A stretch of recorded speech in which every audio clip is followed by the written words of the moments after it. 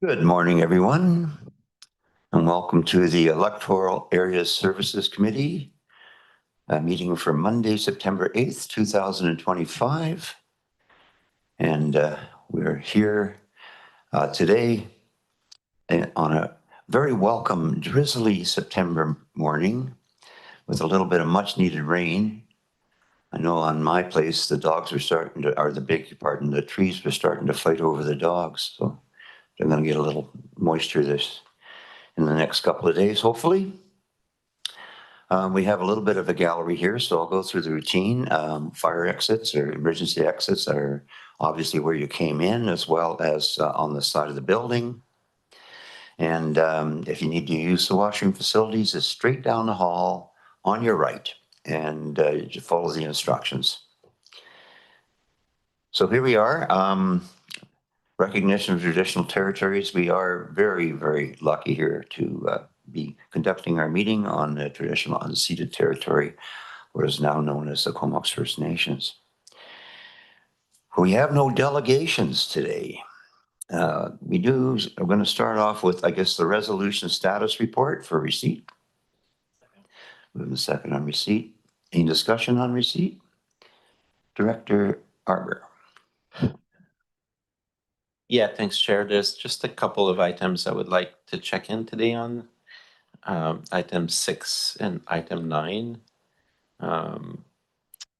So the first one is around Laurel Heights in Royston and our efforts to try to identify a path to the ICF corridor. And since the last time we talked about this, actually had coffee with the CEO of ICF, and he'd be very supportive of the effort.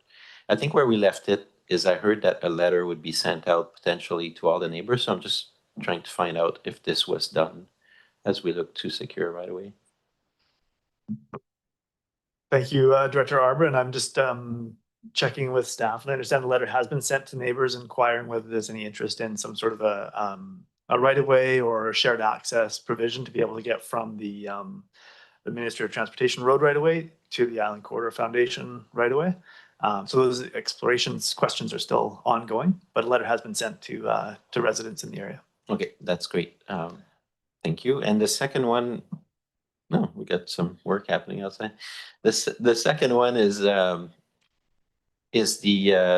item 9, and it's the again with Royston. There's a lot about Royston today. The Water South program, and I know when we met with KFN in June or early July, that is, we were hoping that we would get some letters back from them, both around the Water South and the sewage project. And I see in the report that there's a note that with the hope of getting their support in regards to Water South. So I'm just wondering, just that one line, that one sentence got me to raise a bit of a flag. So do we not have their full support for moving ahead with the Water South project? Thanks, Director. So yes, we are in discussions with Comox staff and legal team with respect to a project agreement around the Water South project. So there is dialogue going back and forth. I'd have to get you a further update on the specific context, but yes, there's dialogue back and forth now between Comox and CVRD on the project agreement for the Water South Extension project. Okay, it may be good at the next meeting to get a full update, because I know time is just ticking, right? So yeah, thanks. Yes, ain't it funny how time slips away? And the years go by, and finally one or two projects come to fruition. Okay, so on the resolution status report, anybody opposed? Seeing none, that carries. Right into it. Electoral Area A, temporary use permit application TUP 1A25. Oh, I'm sorry. Just skip right over the minutes. Okay, so we have minutes from both advisories for Area C and Area B. If we can move them both together. Any discussion on it? Anybody opposed to receipt? That carries. So once again, I rewind, and we're talking about a Laurel Drive report for receipt. Move second on receipt over to CAO. Thank you, Chair. Carter Ruff is our planner one. Carter will be introducing the staff report and will support any discussion to follow. Carter, over to you.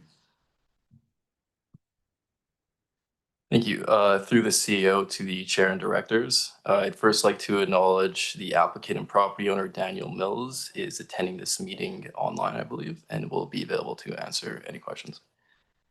Staff have received a temporary use permit to enable short-term accommodation from a secondary dwelling. The subject property, located at 3812 Laurel Drive, is zoned residential 1 and developed with a single detached dwelling and accessory dwelling. The property is the applicant's permanent residence. Providing short-term accommodation from a secondary dwelling is defined as a tourist accommodation use in the zoning bylaw. This use is only permitted in some commercial zones. For this application, tourist accommodation must be added to the list of permitted uses that may occur on the property. The TUP lasts for 3 years and is not transferable to a different property owner. Staff have proposed a list of conditions for the TUP to reduce neighborhood impacts, including a requirement to provide continuous fencing next to residential neighbors and limiting the proposed tourist accommodation use to the secondary dwelling. Property owners and tenants within 100 meters of the subject property were provided the opportunity to comment on the proposal. To this date, 10 responses were received, 1 in support and 9 in opposition. Staff and the owner are now available to answer any questions. Thanks. Thank you very much. And Director Arbour has a question. Yeah, thanks. I guess more than a question, I just have some comments because there was a ton of correspondence on this one, and I just want to acknowledge everybody that wrote in both in support and opposition. But as staff mentioned, there was quite a bit of opposing reactions to this one, and again, just to be on the record, like there's just a few points I wanted to go over in those submissions. One that we often hear is, if you grant a temporary use permit, does the likelihood increase that A, it becomes permanent, and B, that it causes precedent for other properties? And the answer to that is no on both counts. So the TUP is a TUP, it's not a change in zoning. So it'd have to come back in three years, or if there's a renewal, another 3 years. And short-term vacation rental currently remain not a permissible use in most of our zoning in the RD. But the TUP does allow us the opportunity to test it out, and as we work towards a more comprehensive STVR policy. And then in terms of creating precedent, again, it's 1 by 1, and so far I've supported all the TUP application that have come in since we've implemented that about a year ago to offer that to residents. This one I struggle with, not just because of the amount of opposition, but also because of some of the other concerns raised.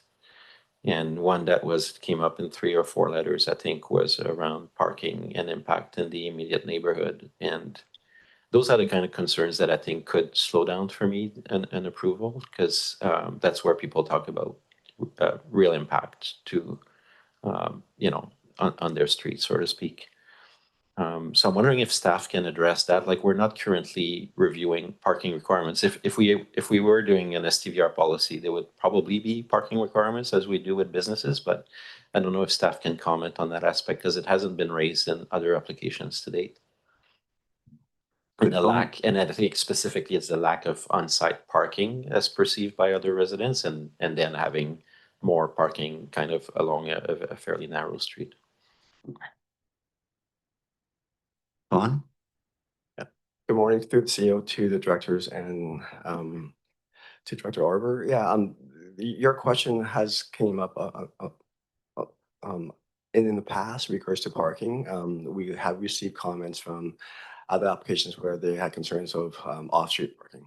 So our permit that we are proposing says that no off-street parking is permitted, that all parking that is associated with their proposed use must be on the property.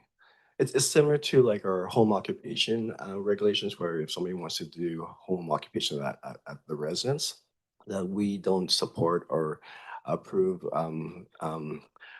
gas or people coming to their homes to do the home occupation use. So when it comes down to off-street parking, you know, staff, when we're doing the review for the short-term rentals, is one of the something that staff is going to look at. But right now, we don't have any regulations in regards to parking. Can I have a follow-up? Yeah, thanks for that answer. And I guess when you say that, one of the letters was saying, well, you know, you might tie it to the short-term rental, the parking spot, but what about if the owners have a ton of vehicles and then park other vehicles? So basically that displacement factor, right, where they'll end up with more vehicles on the road. Is that something that's considered? Or I guess we're not considering any of that right now. So and I'm aware, by the way, there were other things in the letter, like in the letters that I'd like to touch on. Like I was at the Royston block party yesterday, and that was a bit of a topic with a couple of people. And apparently there are already, you know, a few vacation rentals in Laurel Heights. So people have a perception that this would be a precedent-setting thing. But again, I think a lot of these homeowners are looking for ways to kind of come into the fold. And I appreciate for the applicants that they are attempting the TUP. I'm just really hesitant to pass it when there's that level of a position. And I'm wondering if there's an opportunity for the applicant to come back and describe more, especially around the parking, how that could be addressed.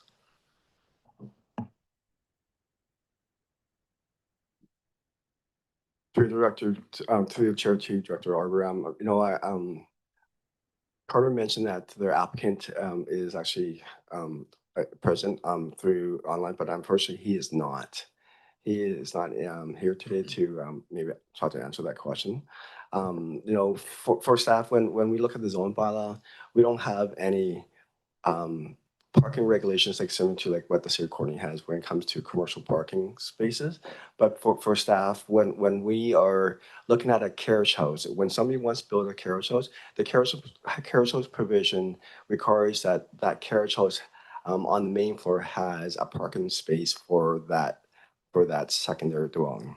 You know, in these smaller residential lots, it's not like the larger rural lots that we have in the regional districts where, you know, there's always lots of parking in the larger rural lots. In the Royston area, these lots are a lot smaller, right? And, you know, as staff, we do work with applicants to inform them that, you know, that parking could be a concern in the future, and ensuring that there is adequate parking for their potential use with boats, RVs, and guests. And as you know, the roads are maintained and controlled through the Ministry of Transportation and Transit. So you know, our jurisdiction is around the property lines, and when we draft this the permits, we try and ensure that there is adequate parking for the proposed use. Director Hardy? Yeah, thanks, Chair. I know I went through the correspondence as well, and I understand the issue revolving around the parking, but I think moving along through that report, figure 4, there's a site photo from Laurel Drive facing west. And it does show to me along the side of the house that there would be at least ample parking for at least maybe 2 vehicles butting up towards the secondary dwelling there. So to me, after seeing that photo, it kind of helped me with regards to trying to address some of those concerns regarding parking. And again, the conditions of the permit clearly state that parking has to take place in or on the property and not out onto the roads that people had concerns about with regards to construction parking. Thanks. Yes, that's a good picture. Thank you, Director. And, you know, I noticed there's a garage door there. And in the old days, they actually used garages for parking cars in. Anyway, sorry about that. 9 times out of 10, it's actually filled with your relative stuff. Director Arbor again. Right again. You're on. Yeah, thanks. It's too bad the applicant is not here to discuss these matters. Because there was also in some of the letters you probably saw as well, a history of parking on the road attributed to this homeowner. So maybe this is getting resolved, but for me, I'm just going with what people are reporting, right? So and trying to honor that. And then the second question, if they were here, that I would have is, there were mentions of, how much are they there, how much are they away, so to speak. There were some mentions of them being out of country a lot of times, and you've heard me consistently say that we want to support vacation rentals that where the homeowner is present so that they can mitigate any kind of issues. And without the applicant here, that's hard to answer. So right now I would lean on either deferring that until the applicant can show up and answer some of those questions, or else just turn it down. Thanks. Thank you, Director. And Director Hardy? Yeah, again, going back to the report, and I understand those concerns that were put forward by the letters, but again, going back to what the property owner actually had stated was that the fact that they are out of town or out of country for whatever reason, that there are other family and friends that are there to address any concerns or issues that might come up. I thought that was put into the report as well. Thanks.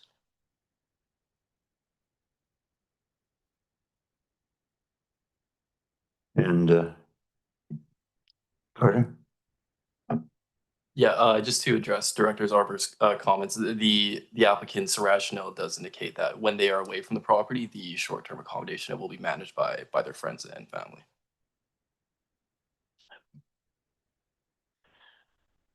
Anything further on that? Well, I'll call receipt or call for a motion of receipt on the report. We received it already? No. Move the second already. Okay, so then on the report, anybody opposed? Carries. And correspondence? Moving second on the correspondence. Any further discussion on the correspondence? Seeing none? Anybody opposed to receiving the correspondence? Then that carries. And there's nothing on the addendum, right? We didn't get anything on the addendum. So anyway, so as it sits, sorry.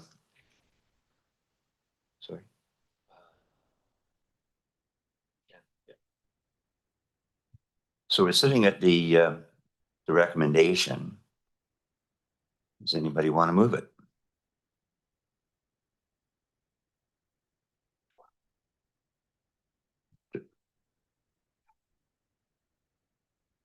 Oh, I have to. Oh, okay. Is anybody in the gallery actually willing and wanting to speak to this matter? Anybody in the gallery wanting to speak to the matter? Third time. And then motion to put forward the recommendation. Director Hardy. Yeah, I'll move the recommendation. Okay. And I'll second it. On the recommendation, Director Arbor.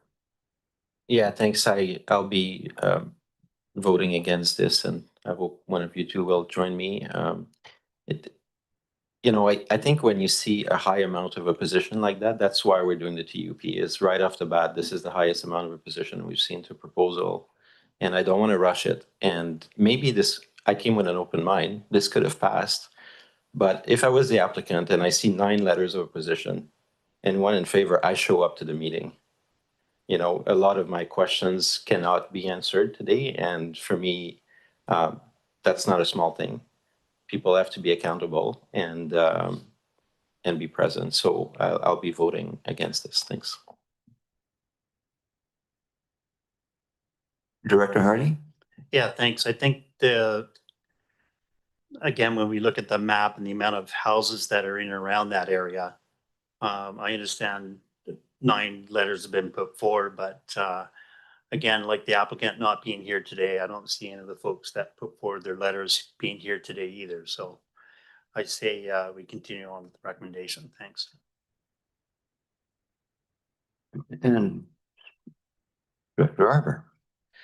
Yeah, with due respect, I don't agree with that rationale in regards to people who wrote letters not showing up. That's entirely different. The person who's the applicant has a pecuniary and financial interest in the outcome here. And I think when people take the time to write a letter, that's huge. Most people don't have the time to do that. And actually the word spread through the neighborhood and more people wrote letters of concerns. There was one letter, mentioning a couple of letters that said we didn't receive it and we wanted to be involved. They were at 200 meters, and there's a real concern around the future for that neighborhood. It is tight streets. People, I think what I'm reading between the lines is they don't want this street to become like Camp Road in Cumberland, which is cars everywhere. So yeah, I take a little bit of umbrage to that assessment that people who wrote letters should have shown up. Anyways, I think we should turn it down or defer it if that would be another option until the applicant can show up. Well, I would entertain a deferral motion. If you want to put one forward.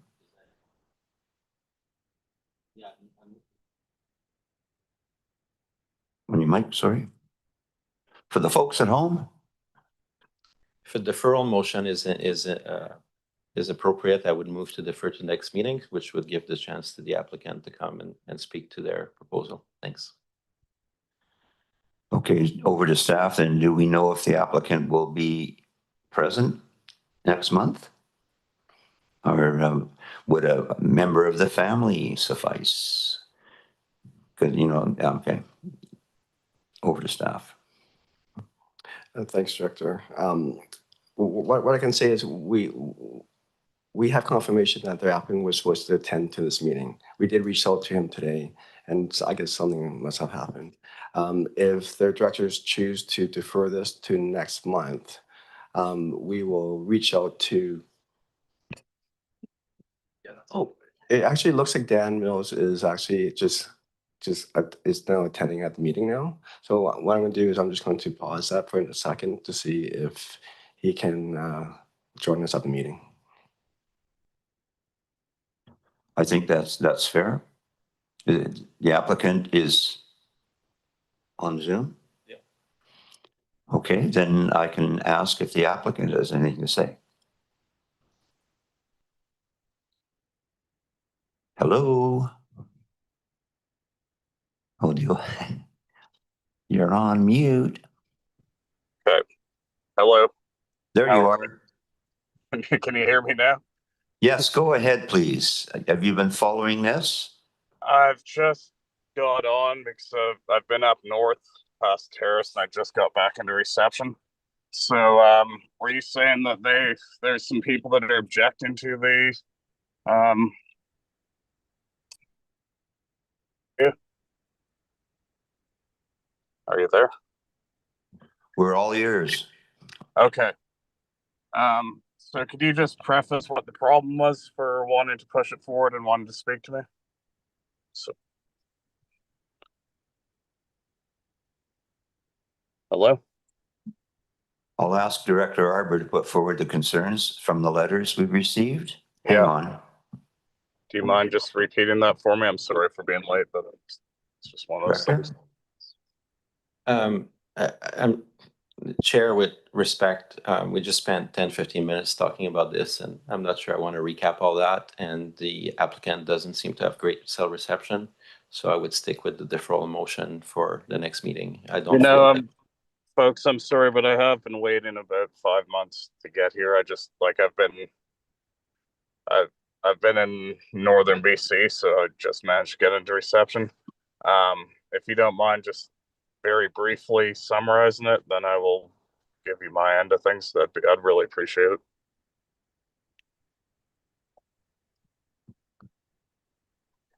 Director Arbor? Okay, so my first question is, you just stated that you understood there were some concerns. Have you had a chance to review the 9 letters in opposition to your proposal? I have not. I've not been forwarded those letters. Okay, so once again, Chair, this is my last statement. I think we should defer. This is not a file that is ready to be adjudicated, in my opinion. Okay, so is that going to be next month then? Hold on, please. I'll recognize you after we hear from Director Hardy. Okay, sorry. Yeah, thanks, Chair. I'm just wondering if we could defer this conversation to maybe a little bit later on where the applicant could have a quick look at the correspondence letters and we still be able to have a discussion or a vote on it later on in the agenda. I know we've done that in the past. And if that's not the case, then I think, again, the applicant should be made aware of concerns from the directors that have been put forward through correspondence. I think the biggest issue revolved around parking. And then if you're out of country, who's taking care of the house and the rental people when you're not available if an emergency or an issue comes up. I think those were the two big items. Okay, well, I can address that if you are happy to have me address that. Go ahead. Yeah, so we have parking, which is directly on our property, so there will be no effect to parking on the street. So there's a designated parking spot above the Airbnb, and we will be in country if we have guests staying, and if for some reason we are not, one of our kids will be staying at the house, but we will not be booking guests. There is no one in the house to monitor it. And you know, the Airbnb is set right at the bottom of the property, totally private and almost out of view of all the other neighbors.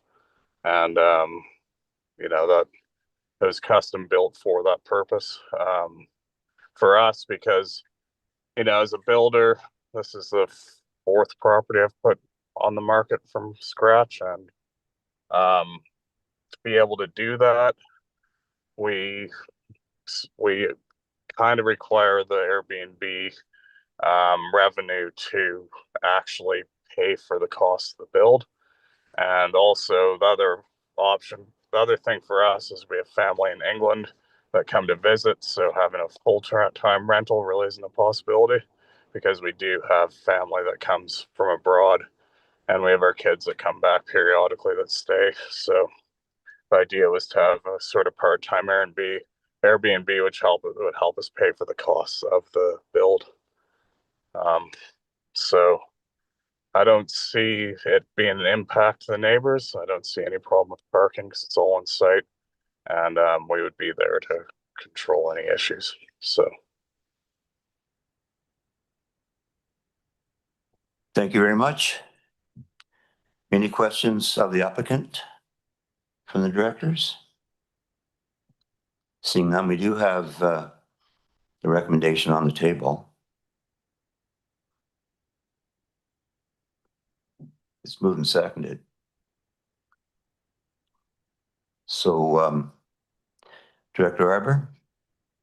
Yeah, thanks, Chair. And I mean, we attempted deferral motion twice, once by myself and once by Dr. Hardy, and I recognize it's at the discretion of the chair, but I guess that didn't happen. So we're on the main motion. So We're on the main motion, yeah. So I'll be opposed to this application. I think that while the applicant tried to address some of the points, that is good. But for me, I mean, I've spent half an hour this weekend just reviewing all the proposals. And for me, the fact that the applicant hasn't reviewed the correspondence from his direct neighbors and read through them and tried to understand, you know, what they're getting at and their broader concerns and their specific concerns, it's not starting on the right foot for neighborhood acceptance of this proposal. So I'll be voting against. Thanks. Okay, so I'd like to thank the applicant for tuning in, and I'd certainly encourage him to go over those letters. Sir, could I ask a question? When were the letters available for me to review? Because I have not had any correspondence at all. So When the agenda came out, which was Friday. Okay. Sorry, I did not get forward the agenda, and I did not know about this. And I spoke to Carter on Thursday or Wednesday because we were leaving town, and he just said he'd send me the meeting link on Monday. And I didn't hear anything about an agenda, so I'd be happy to review the letters. I would have reviewed the letters. It sounds like we should push this for a month because if I'd known that I needed to prepare for that, I would have done so. And I apologize for being late, but yeah, it isn't anything that was brought to my attention. So this is my first time doing this, so I would appreciate the opportunity to review it and also respond correctly. Thanks very much. I'm going to ask staff now, when is our next electoral area services? Carter, if I could, Carter, if you can just provide the directors on the process around when the notifications go out and the letters and the availability of the agenda for the committee here. And then Director Grieve, Chair Grieve, your question was on the next EASC. So Carter, first, if you can speak to the process on the correspondence to the applicant. Hi, Dan. So in that link that I sent you this morning, it included a link to the Zoom meeting as well as a link to the agenda. And if you do click on the agenda link, it'll provide you access to all the different notices that were received from the neighboring properties. Okay. Yeah. Unfortunately I didn't have the chance to review that. So like I say, we just got back into cell reception now, and I didn't see that additional information there. But I mean, I'd be happy to review it and respond in writing or speak again at the next meeting. But And Chair Grieve, the next electoral area services committee meeting is October 6th. okay. Well, that would be fine for me. I apologize. I didn't know that I had material to review, and like I say, we're north of Terrace, and I was trying to get back into reception so I could attend the meeting, but I didn't realize there's stuff to look over. So I'd appreciate that you don't deny it because I didn't have a chance to look it over. Okay, well, that's very generous of you. And I think that probably ticks all the boxes for us because there is some lingering hesitation from the director from that area. Okay, well, if I can review it and then respond, I'll respond in writing to Carter and then I'll attend the next meeting if that works for everybody. You got to understand regional districts work very slowly and then very quickly. Yeah. That's the end of it. Okay, well, thanks for that. And I think that's pretty self-explanatory. So I do appreciate you taking the pressure off the directors. Yeah. So once again, I think we've got a deferral motion, and I will second this one. So it's on the table, and Okay. time and place. Time and place. We got the time and place. So anything further? I don't think so. I think that ticks it. Okay. So I'll excuse you from the conversation. Okay, perfect. And Director Hardy, you got some comment? Yeah, thanks, Chair. So based upon the applicant and his willingness to defer for another month where he can go back and review the correspondence and provide some content to or responses back to those letters, I'd be open to deferring to another month and remove my further motion or earlier motion with regards to the recommendation and moving forward. Deferrals trumps everything anyway, so we're on deferral. Anyone opposed? Carries. Moving right along, we have another TUP, this one in Greaves Crescent. 1 second, director wants to comment. Yeah, thanks. And I mean, I hate to get frustrated on the first item, but hopefully staff has also caught that we need to tighten up our ship a little bit around how we notify applicants. I find it, you know, if they're totally in the dark about our process and receive something on the morning of, it's 10 o'clock right now. I get the agenda on Friday. It's pretty easy to send applicants the agenda at the same time that the directors get it. So I don't want to harp on it, but not knowing whether this is current common practice, to send it on Monday versus Friday, there's a huge difference for applicants. Thanks. I think we all agree with that. Chair, I wonder if Ton might be able to provide some context around the comments and the process. Tom True? Thanks, Mr. Chair, and to the directors. I can confirm to the directors that this is not common practice that staff would send the package and the link to the applicants of the day of the meeting. Our practice here is we do send correspondence to the applicants as soon as possible once we received it. But when the agenda is posted onto the website, staff will send correspondence to the applicant to inform about the meeting, inform them how important it is that they should attend or have somebody to attend to answer some of the questions that staff can't attend, but also give them adequate time to review the correspondence throughout the weekend so they have an opportunity to speak to staff on Monday morning before the meeting at 10. So in regards to this application, I will look further into this and then I'll get back to you, but hopefully this doesn't happen again. Director Hardy? Yeah, thanks. And I understand Director Arbor's comments there, and I fully agree with them. Again, referencing the agenda on the website on a Friday afternoon, and sometimes it is Friday afternoon. And if you're out of cell phone reception for the weekend, and then all of a sudden you're contacted saying, oh, you know, can you please review the materials that were on the agenda put out on Friday? I don't think that's fair either. So I really think, I mean, even as a director and a board member with the CBRD as well, it is troubling sometimes when you're given 3 days to read 7 or 8 reports that are about 50 pages in length. So I would appreciate, you know, a review of the timing with regards to the agenda and the reports that are included in it.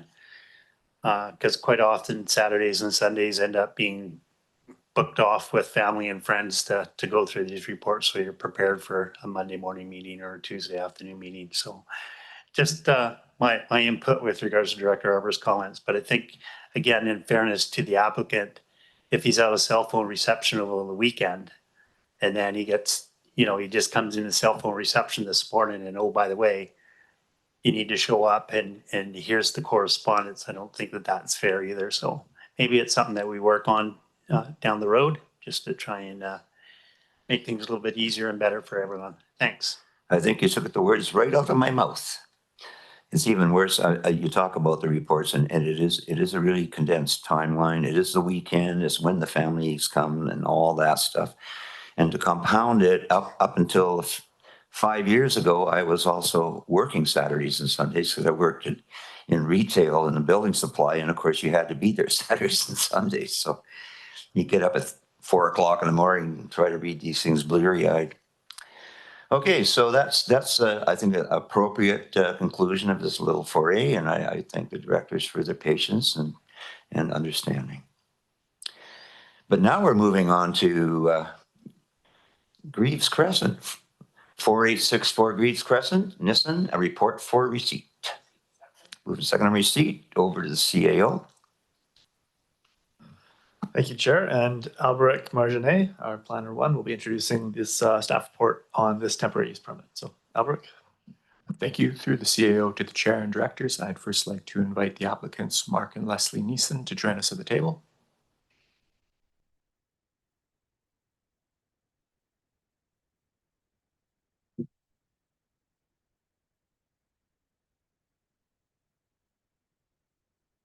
Welcome, Mark and Leslie. Thank you. Through the Chair to the Directors, an application has been received to consider a temporary use permit application to allow a secondary dwelling unit as a tourist accommodation. The zoning bylaw refers to short-term rentals as tourist accommodations, which are only permitted in commercial zones.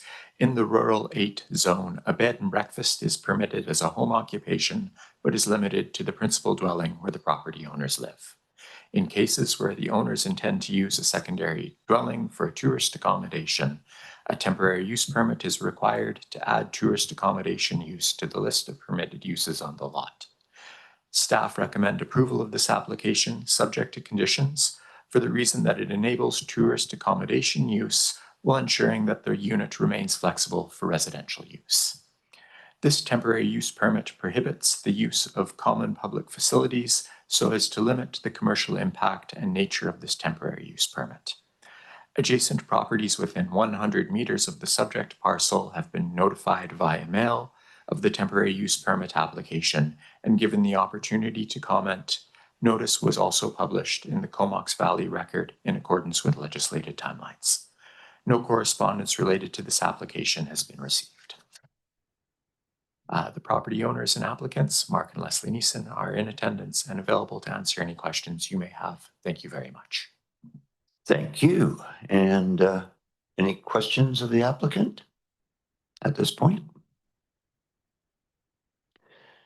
Director Arbor. No, this one to me is good to go. It was very clear in the application that they're going to be on site, and there's no concerns from neighbors, so good to go on my end. Thanks. The neighbors are a little more spread out on this one too, for sure. Director, anything to add? So do the applicants have any comments? Could you just press the button and I'll turn your mic on? There you go.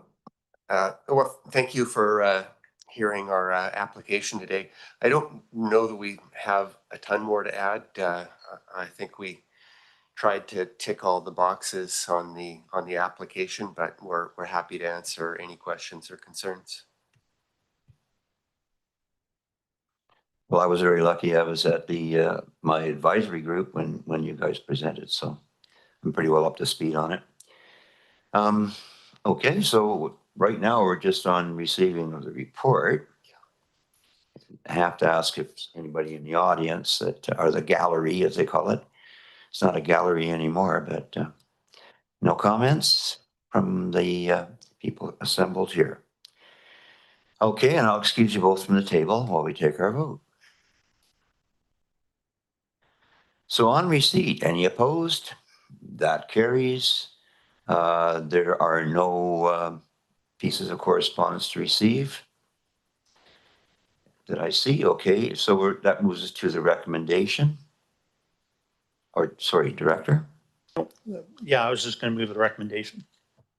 Okay, move and seat on it and seconded on the recommendation. No comments, no lights, no questions. So on the recommendation, anyone opposed? That also carries. Thank you very much. Now, still in electoral area C, a zoning bylaw amendment, RZ 1C25, Oyster River Way. Jonathan Brenner.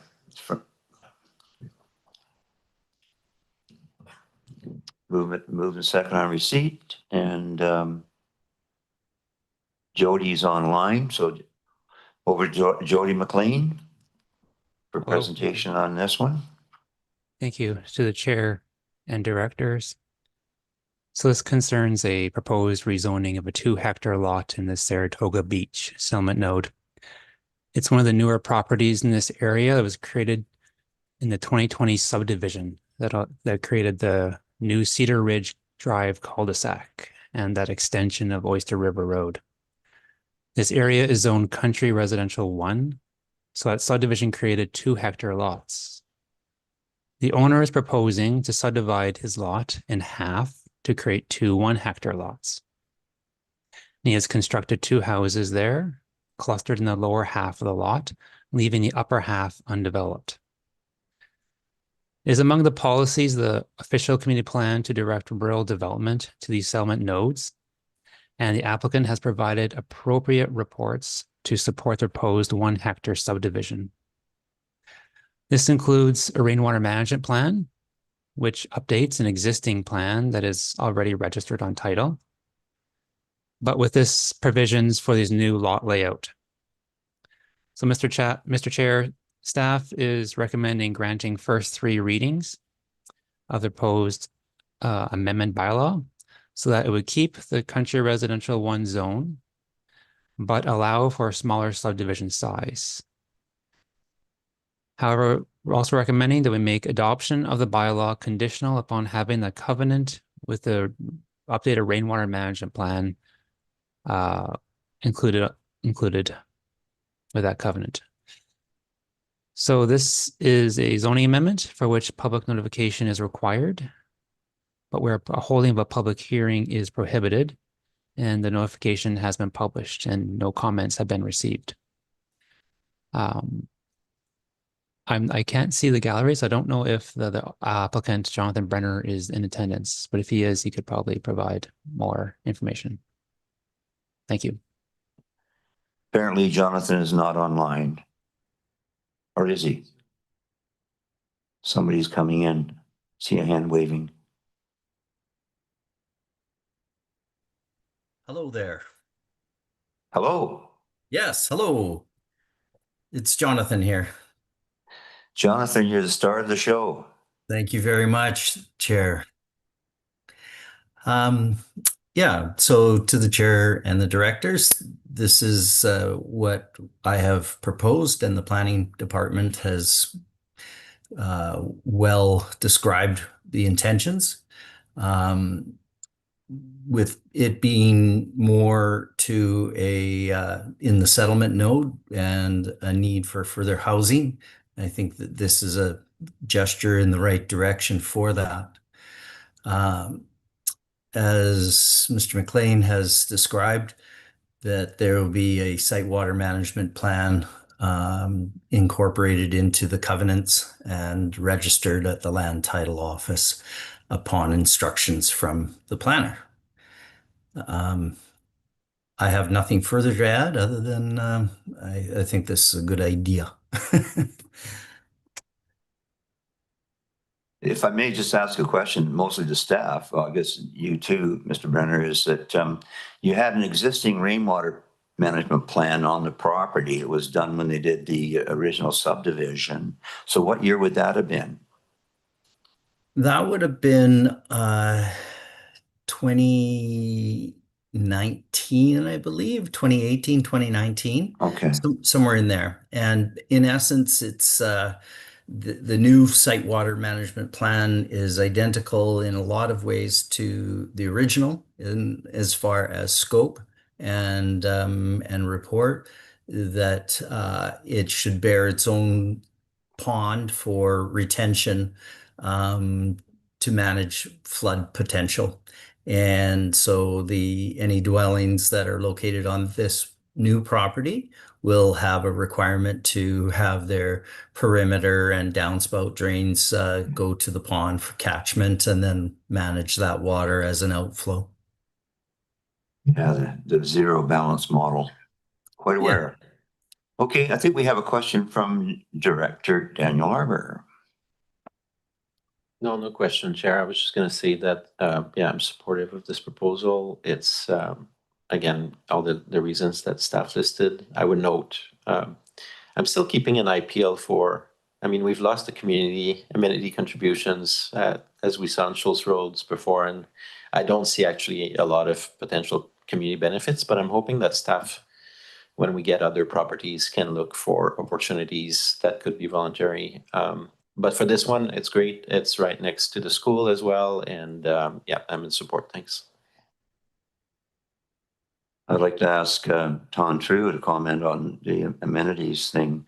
I guess just building this road itself would be a positive for the community as far as firefighting and whatnot goes, correct?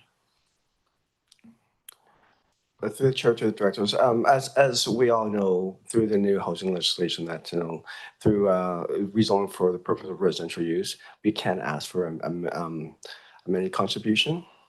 But as mentioned at the last meeting, there is an avenue where we can ask for look into density bonusing.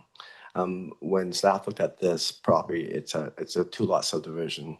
I believe that just across the street, the directors will be looking at a rezoning application, or maybe it's already through where that developer is looking to providing some type of pathway that will link the Oyster River Way to that school, which is behind that parkway. So that's something that staff is aware, and we have been working with the Parks Department to ensure that, any rezoning applications, any proposals that does come through our office, we work with them to ensure that we do have some pathways that will benefit that community. So I guess there's no harm in asking for a voluntary contribution.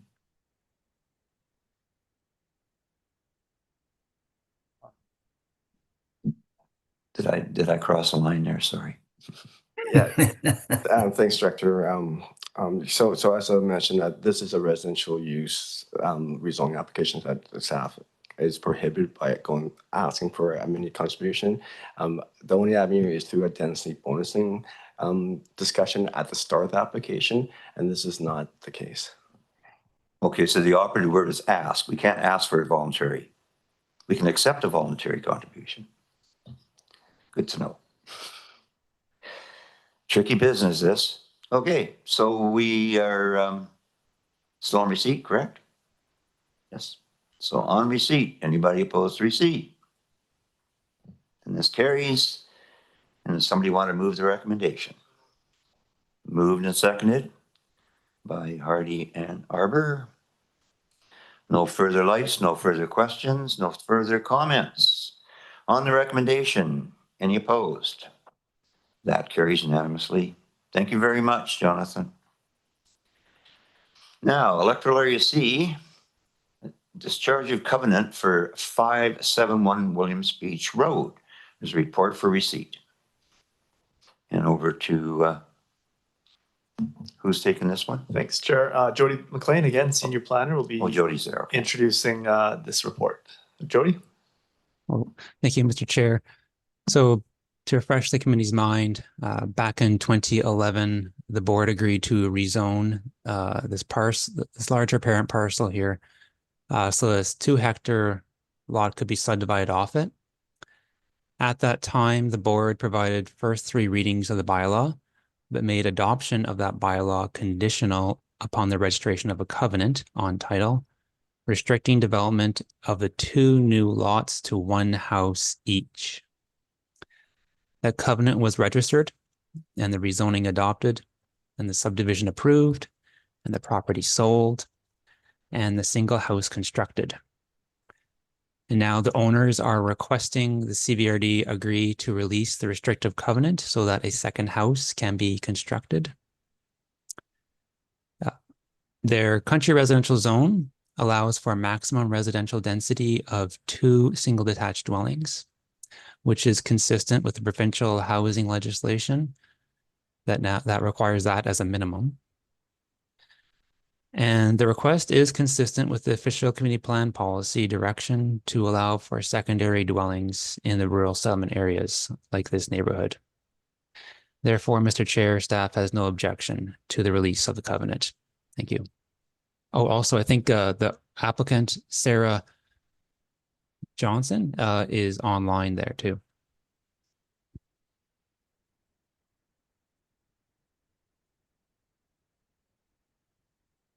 Don, further? Yeah, thanks, Mr. Chair. I believe they're the owner of the property is in the gallery right now, and he can come up to their table to answer any of your questions. Welcome.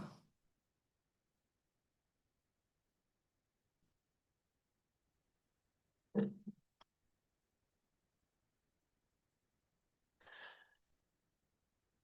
you have any comments? Just here to answer questions? I think it's this one's pretty straightforward. I might add that this is one of the very first things that I had to deal with when I was a newly elected official back in 2008, 2009, and I think the Lannions owned the property and wanted to divide it up, and that's why we got into the covenant at the time. And of course, things have changed and bylaws changed too. Did you want to add anything? No, I'm just hoping to use my property as up to its potential, and see what I can build as a result of this. That's all. It's a lovely area too. Oh, I love it. Really lovely area. Okay, so no questions from the directors. I'll excuse you from the table, but thanks for coming up. So we're on receipt. Anybody opposed to receipt? That carries. There's a recommendation attached. Second. Moved and seconded on the recommendation.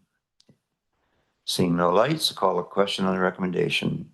Anyone opposed? That carries. Thank you very much.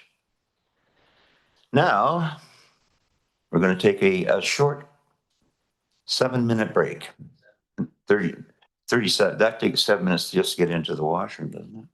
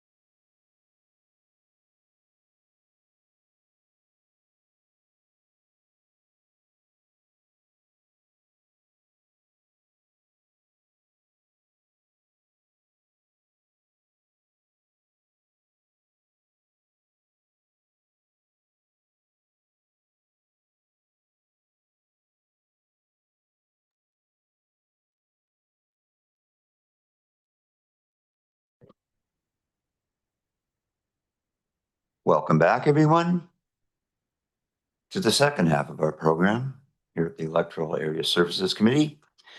And we are on item number 6, the draft Comox Valley Tourism Strategy Framework.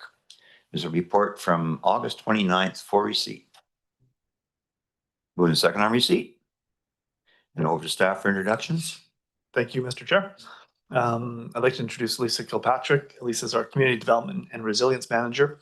And I won't try to steal too much thunder, but this was a agenda item with the board in July.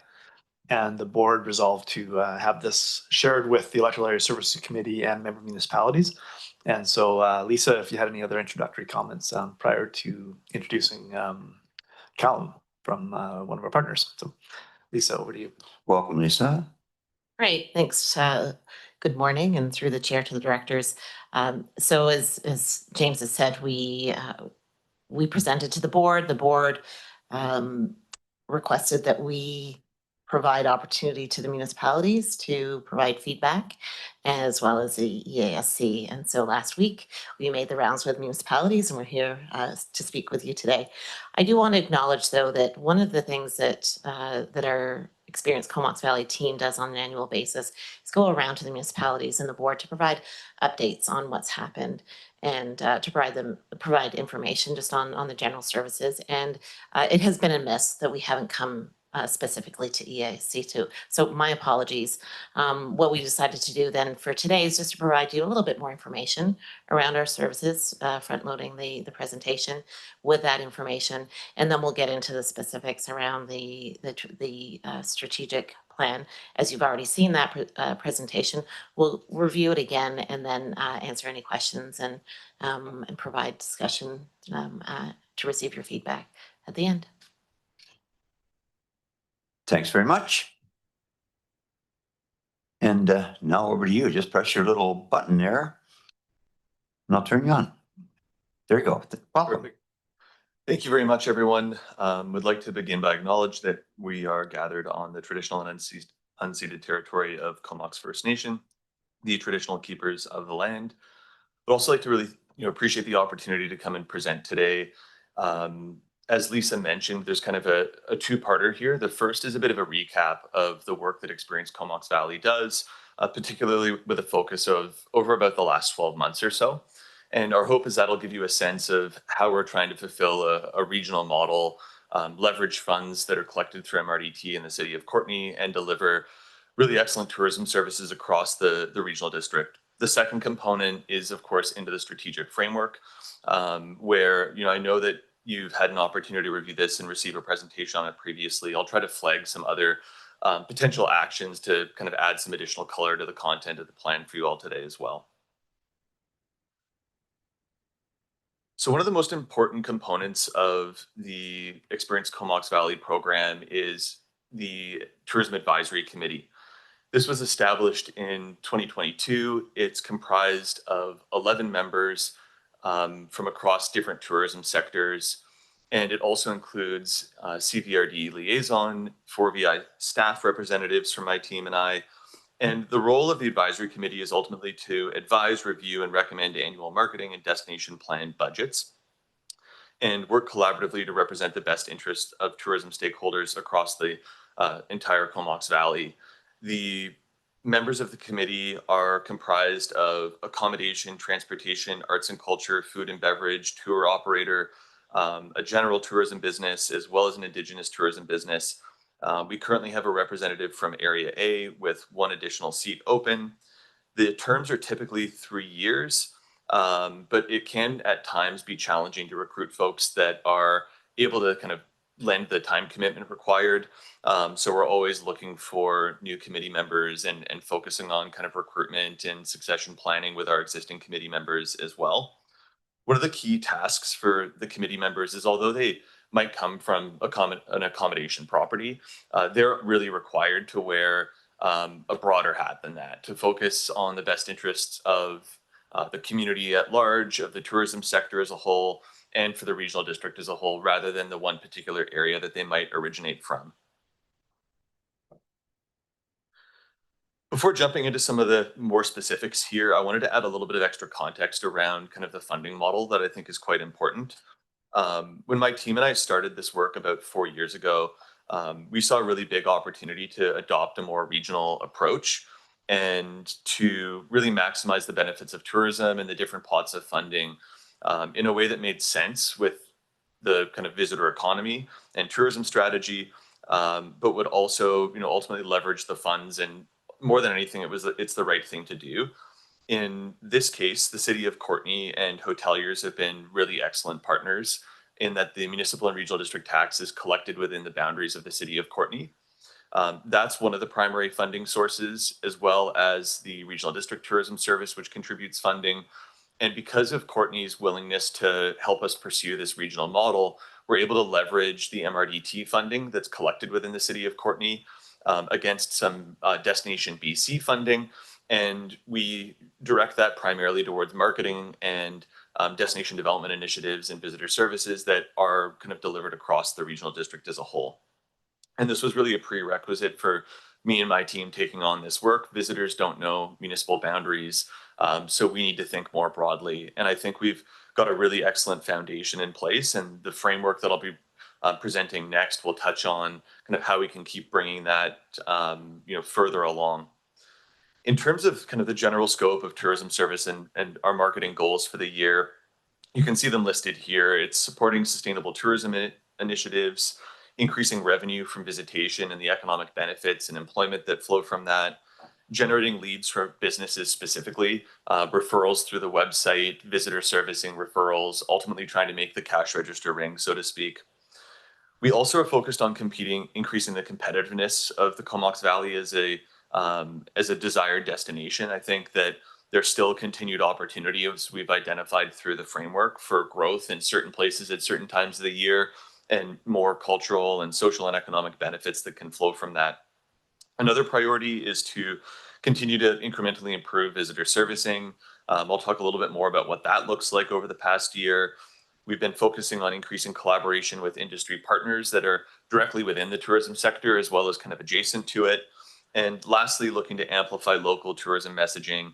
And for us, that's really working closely with local operators to help them kind of, amplify their social media, amplify their marketing campaigns, create more alignment between what's happening at the destination organization level, Experience Comox Valley, and individual operators that are closer to things on the ground.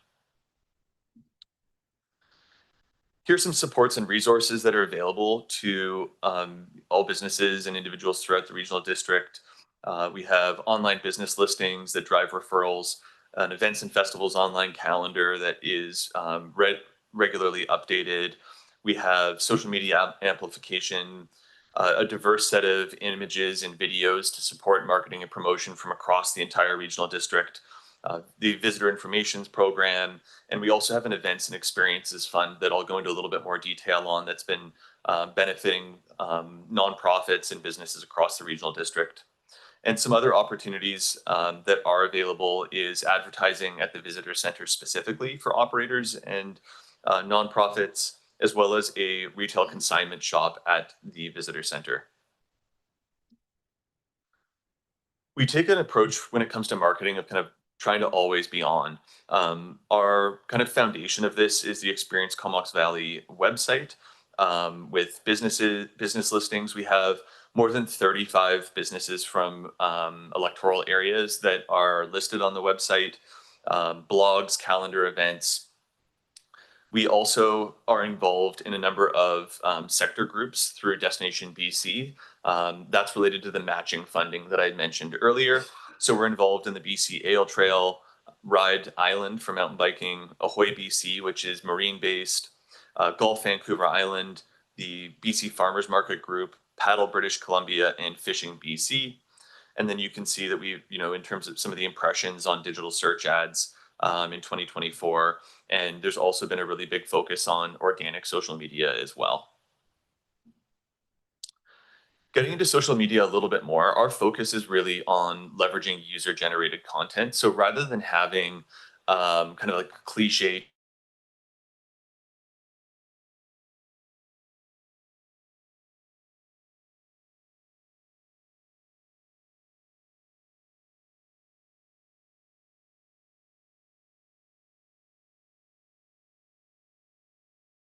more effective for us to amplify experiences than kind of creating that ourselves. So a much more authentic way of promoting through social media. And you can see some of the stats there as well when it comes to Facebook and Instagram followers and engagement. And you can see Facebook is kind of the most significant, especially when you look at the engagement to kind of follower ratio there. We also focus a lot on online content and blogs. This plays a really big role in driving people to the Experience Comox Valley website. It helps with our search engine optimization. And this is really, at the end of the day, it's about showcasing the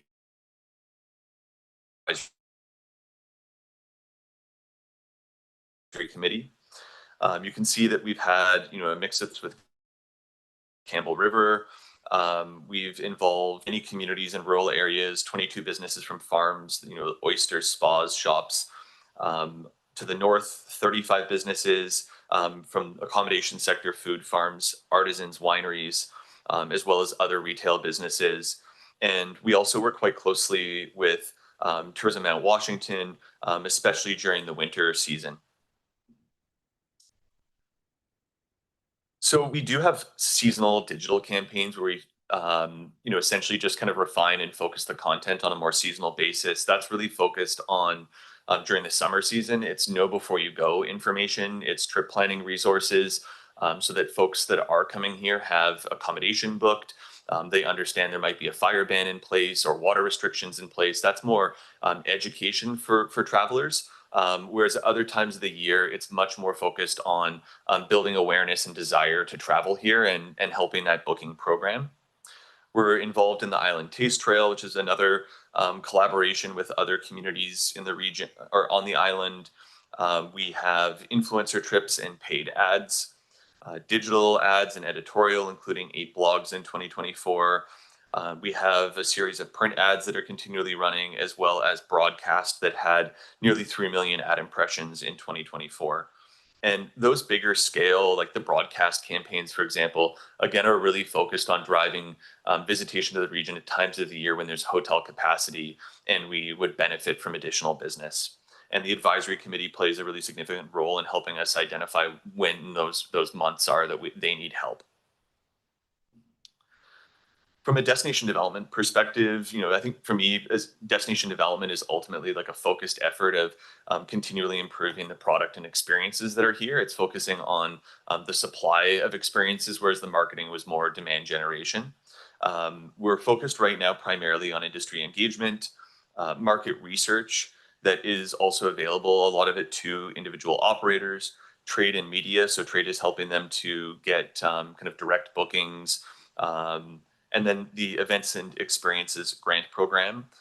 It's been, fully subscribed this year with 10 successful applicants: Comox Valley Arts, Cumberland Event Society, United Writers of Cumberland, Rome Media, Comox BIA, the Community Forest, Philburg, 40 Knots, Cumberland Culture and Art Society, and so a pretty broad array of projects funded through that.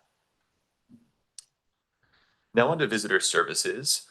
We have the visitor center open 5 days a week from Tuesday to Saturday from 9:30 to 4:30 in the winter, spring, and fall, and we're open 7 days a week in the summer. We also have mobile information kiosks where we're able to reposition some of our staff to be, at a farmer's market or at the trolley in Comox, wherever we think we can intercept visitors, encourage them to stay longer, try new things, spend more money. We have advertising opportunities, the consignment gift shop, a lot of community outreach that happens through our visitor center, and we also host familiarization tours to increase, knowledge of the kind of experiences available in the region. And in terms of the summer locations and kind of interactions, just to give you a sense of the number of people we're dealing with, we've been working out of the Comox Trolley location, Port Augusta and Comox Avenue. For a month or two, we've had nearly 1,300 interactions with visitors there. Downtown Courtenay, 650, in Cumberland, 559, the Comox or a series of markets, including on Saturday morning and Wednesday evening, 335. And overall, from our remote locations, we saw about 2,800 interactions with visitors, and that is folks specifically seeking out information, more than just a hello. Moving along now to the draft tourism strategic framework. I know that you've all received a presentation on this, so I'll try to move through it with a little bit more speed, but capture some additional actions that can be found within the plan. So as a reminder, it's a 10-year plan in terms of the planning window, and it's ultimately designed to be a roadmap for sustainable tourism development, supporting economic growth with environmental and social well-being for the region. And for me, I kind of think of it, it's ultimately how we can take the regional model and idea that I talked about at the start to the next level. The reference area for the plan is the entire regional district with the exception of Hornby and Denman. But as I've mentioned before, we do work really closely, especially with Hornby Island Community Economic Enhancement Corporation, to ensure that there's kind of good communication and we can amplify some of their messaging as well. Through this 18-month process, there's been a huge amount of engagement, perhaps more than any plan I've been involved with in my career. It's been a mix of leveraging a really dedicated group of folks at a project steering committee, launching virtual engagement through the Engage Comox Valley page that's been really effective, virtual public information sessions. We've had in-person information sessions with over 100 people attending. We've hosted a local government and staff session, an elected officials forum, targeted engagement and one-on-one interviews with more than 60 stakeholders, as well as continued engagement through the process with Comox Economic Development Corporation and with CAOs from Courtenay, Comox, Cumberland, and the regional district as well. Now getting into a bit of an overview of the framework next. Beginning with the vision, the Comox Valley is a sustainable island destination that enriches the lives of residents now and for future generations.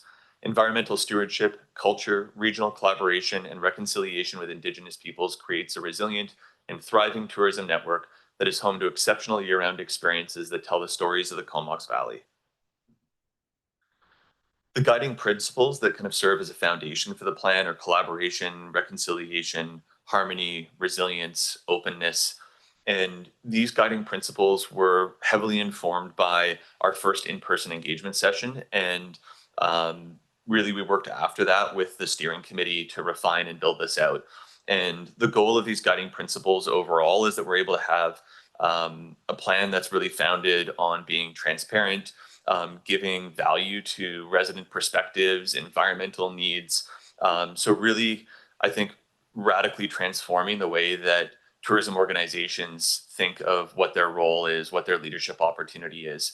And my hope is that these guiding principles will help to shape the future direction of Experience Comox Valley and serve as a foundation for the plan. We have a series of strategic themes that are in no particular order.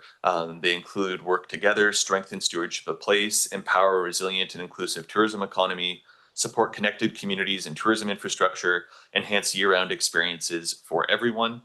Each of these 5 themes has related goals, objectives, and actions. We have, again, for this presentation, the goals and objectives drawn out, and all share an action or 2 for each. Beginning with work together, the goals are to strengthen collaborative partnerships and engage with communities frequently. A couple of actions that I'd like to flag. Action 1.1, expand the Comox Valley tourism service mandate to include destination development and management in a broader way. Although we do have the Events and Experiences Fund and are involved in stakeholder engagement, there's a lot more that destination organizations and Experience Comox Valley can do to kind of steward the tourism industry in a more respectful and sustainable way. And I think the other side of that when it comes to working together is that this process in itself has really brought a huge number of new partners to the table and kind of continuing that momentum through the implementation stage. Next, we have stewardship of place, with goals being that residents and visitors are educated and engaged, implement responsible and regenerative actions that create conditions for the region's biodiversity to thrive for future generations. The steering committee and folks that we spoke to through the process really recognize that a big reason people come to the Comox Valley is because of the incredible quality of life here, the natural beauty. And as an industry, we need to make sure that tourism's not negatively impacting the natural environment as well as local quality of life that we ultimately rely on as key products. One of the actions that I'll flag is to partner with local organizations to promote opportunities for visitors to give back to community and the environment through initiatives such as donation campaigns, environmental stewardship activities, volunteer programs. We recently hosted some public engagement, and we had somebody come by that organizes a large event. His number one pain point for organizing this really critical event is volunteers.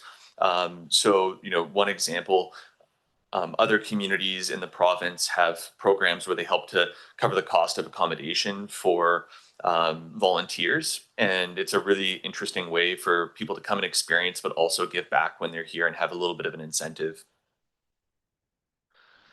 Next, we have empower a resilient and inclusive tourism economy, continuing to support a strong year-round tourism economy that attracts sustainable investment and local jobs.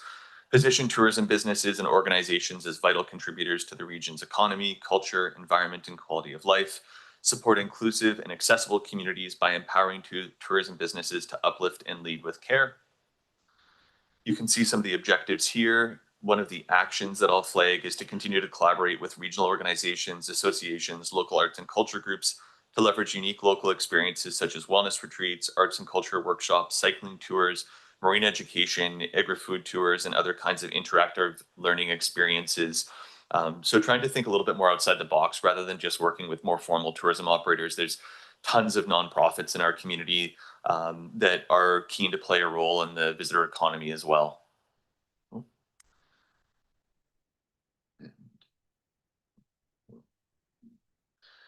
Next, we have support connected communities and tourism infrastructure. Infrastructure needs and transportation infrastructure in particular were key themes throughout our whole planning process. Two goals here: support a sustainable and seamless transportation network, and invest in tourism infrastructure that reflects community priorities, contributes to decarbonization, and provides immersive experiences for residents and visitors. And a couple of actions to flag. We identified through this process that there's definitely a shortage of accommodation options, and there's a need to conduct some sort of an accommodation needs assessment study to better understand kind of public sector and private sector partnerships to grow the base of accommodation here. Conduct a regional tourism workforce housing needs assessment with public and private sector partners, because we also heard about the challenges of attracting talent and retaining talent and the role that affordable housing plays in that.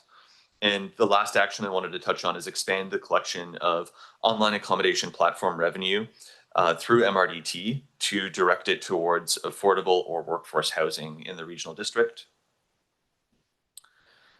And lastly, we have enhanced year-round experiences for everyone, with the goals being to contribute to continue to support the growth of vibrant and sustainable communities that are great places to live and visit, and to provide exceptional and unique year-round experiences for residents and visitors, with the action being to continue to support the development of diverse year-round attractions and tourism experiences through the Comox Valley Events and Experiences Fund I touched on earlier.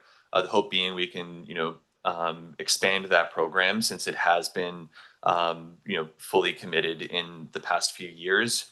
And even through this planning process, as more people learn about that fund, there's continued interest to kind of grow that pot of funds that we can disperse. And then lastly, just to give you a sense of kind of where we're at in the process, we have posted this draft framework as well as a response survey on Engage Comox Valley.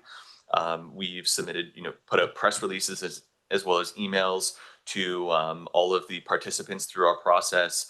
We've conducted presentations to all of the 3 incorporated communities as well as the regional district.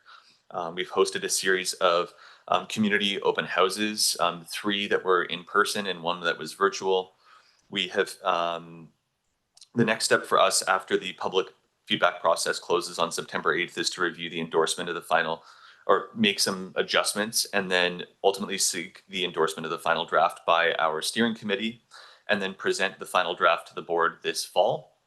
And upon final approval, the tourism strategy will be used to inform the 2026 budget and work plan and to develop a 5-year plan for MRDT, identifying priority projects and seeking approval to update the tourism service purpose in line with that.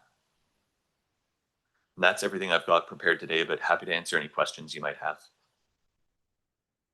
That was quite a mouthful. Oh my gosh. Yeah, you're telling me. Well, we have a couple of questions, Director Arbor. Yeah, thanks, Callum. Yeah, we're getting incredible value for services and tourism since we made the change a few years ago. So I really want to appreciate how much the current team is able to stretch the budget and accomplish so much. I guess I'll have a couple of questions. One is I really like the mobile unit, but it'd be neat to, I don't know, I don't think you mentioned the south area like Union and Royston, Union Bay or Royston or Black Creek. I don't know if they've been there, but if they haven't, maybe on the list for next summer, it'd be fun to have them for a day. And I think beyond the tourism engagement, it's also the residents engagement. It'd be nice to fly the flag a little bit of the Comox Valley experience, Comox Valley brand, and get people engaged. The MRDT, I think we had a discussion at the board on that. Still gonna keep pushing whenever I can for housing allocations coming out of that, but my path as an elected official, I think, is a bit restrained. I do have a question, like, how do you reconcile some of the, and I'll just take one initiative, and it'll sound like criticism, but it's not. It's more like exploring. So yeah, I think the buzz of the summer in the Comox Valley was the trolley bus. But in your objectives, you talk about, decarbonization and connecting communities together. And all I remember from this summer is a mostly empty bus and then Facebook posts about trails of oil leaking behind that old bus.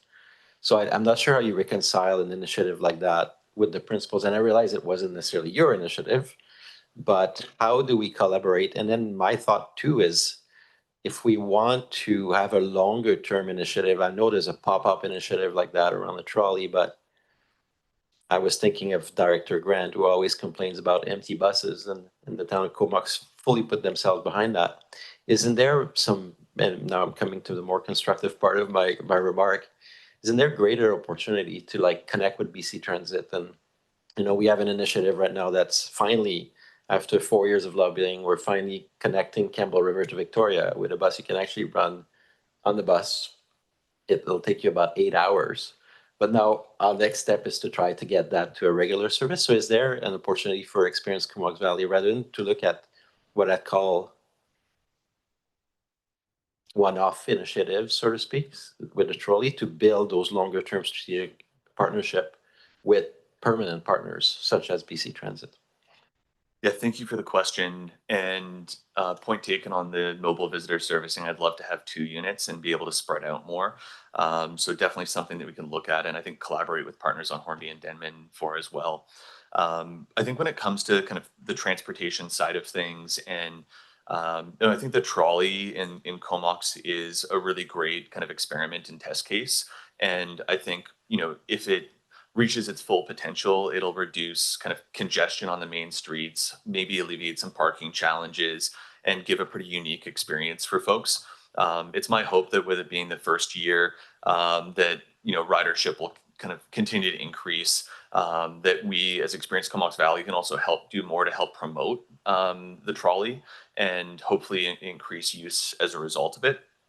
There was definitely a lot of talk about BC Transit and public transportation options throughout this planning process. I think initially there was through our public engagement, folks were leaning more into the active transportation side of things.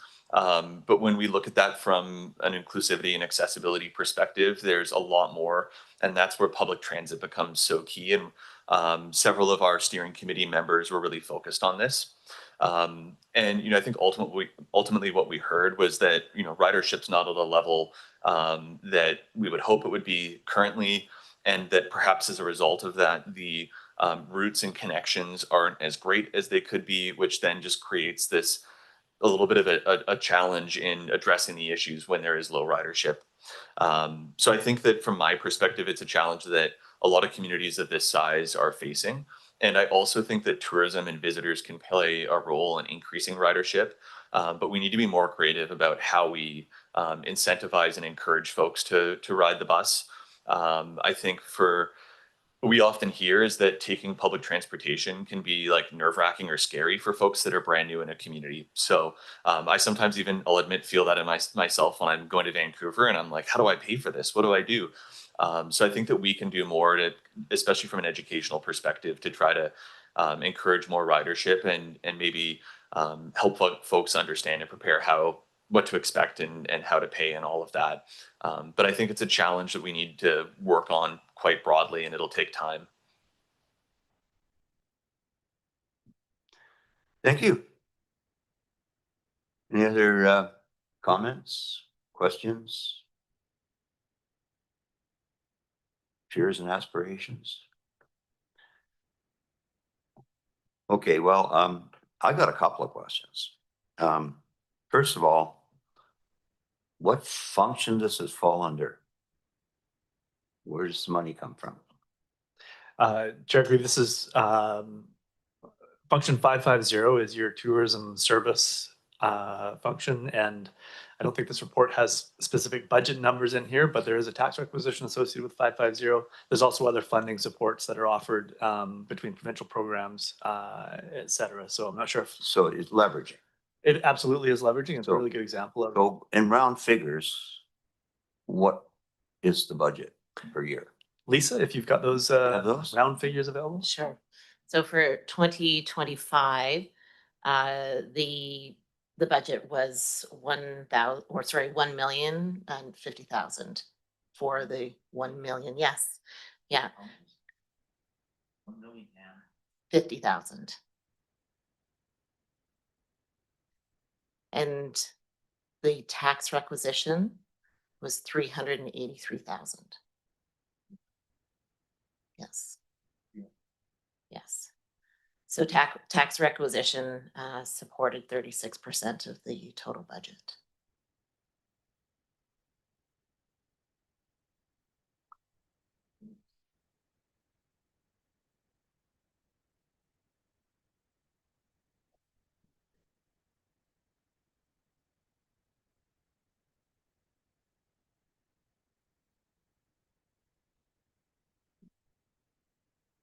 Sorry, I got my mic off.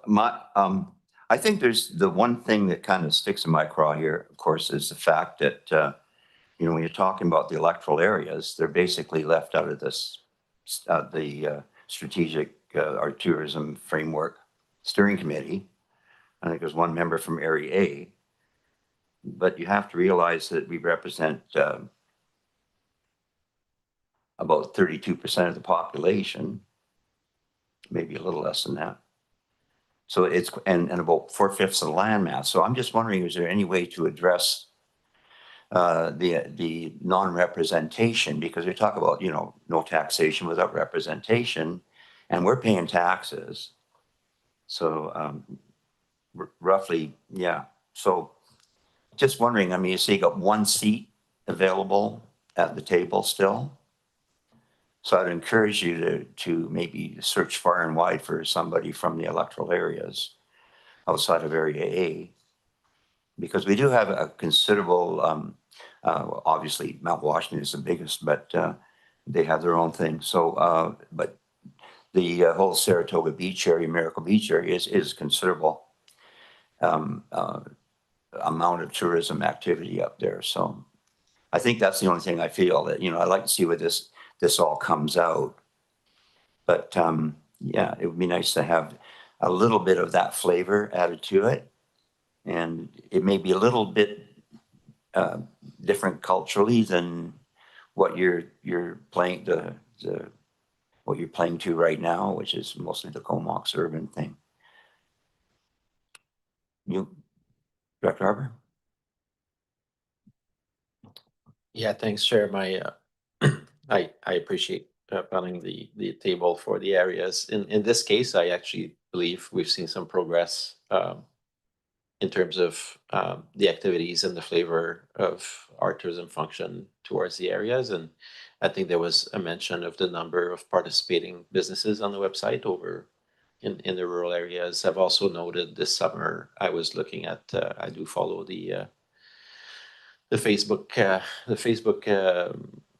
page for that. And there's, I think there's, as was identified in the presentation, that to the south and to the north, there were initiatives that were targeting at the area. So I don't feel actually like we're getting that much of a short straw, but where I see opportunities, and I'll just build on what I was talking about around long-term partnerships. And maybe Callum, we can invite Callum to stay on for the next item in our discussion, because there's destination development, and in terms of infrastructure and tourism infrastructure, we're still a bit untapped in the rural areas. And I would be interested to see if we could do a plan or just like asset-based kind of stuff around what we have in the rural areas, there could be further demand. I know the chamber collaborated in Area C on the business level as a whole, but I think there could be opportunity in tourism to really understand how our rural areas are being experienced, number one, and what opportunities could be leveraged. So iced tea, there's a lot of different programs that we've done a poor job in the rural areas, and I'd include myself in that, in terms of partnership development, where you bring different types of stakeholders to look at how we can enhance our area. As the strategic plan says, it's enhancing for everyone. That as we enhance for tourism, we're also enhancing for residents. The next item on the agenda is the whole Royston waterfront that we'll be discussing. But for me in my area, Union Bay is actually a really historical area. And they've never seen an iced tea grant. They've never seen anybody kind of pay attention. But there's a lot of tourists that come there. There's a lot of visitors that come there and stop. And so for me, it'd be nice to, back in the day, I had a lot of time to do this kind of stuff. Right now, I'm a little too busy, but it'd be neat to see what kind of partnership and initiative we could build in the area. So I think for Dr. Grieve, like same with Saratoga, like there's opportunities to see if we can enhance, in my opinion. If I may, yeah, and I think that I want to acknowledge your comments around the Tourism Advisory Committee membership. And I absolutely think there's more opportunity to try to attract committee members from other rural areas. And this has, I think, been in a broader sense, the challenge our team has identified is that it can be hard to recruit folks to sit on the advisory committee and dedicate the time that's needed, especially if it's a smaller kind of owner operated or family operated business, as quite a few of them in the rural areas are. As a result of kind of that membership, we're always looking to find ways of engaging with these business owners in less formal, more casual ways where we can go to them, connect with them in person. So that's always an emphasis for us. And I think as well, the other thing that we've been kind of talking about is, the advisory committee model has been quite effective to date, but I think there's always opportunity to make adjustments to it. It's not set in stone. And my hope as well is I think the strategic framework that I presented really does kind of formalize this regional model in an even better way. And that if we are focused on implementing this strategic framework and focusing on that regional model and openness and collaboration and trust, I hope that will continue to bring in other and new opportunities for the rural areas. But I do think overall, on balance, when you look at the tourism service funding and the way that we're able to leverage that against the municipal regional tax revenue from the city of Courtenay, as well as Destination British Columbia revenue, the value for taxpayers in electoral areas is quite incredible. And I think you'd be hard pressed to find a tourism service on Vancouver Island that's providing better value than this one is.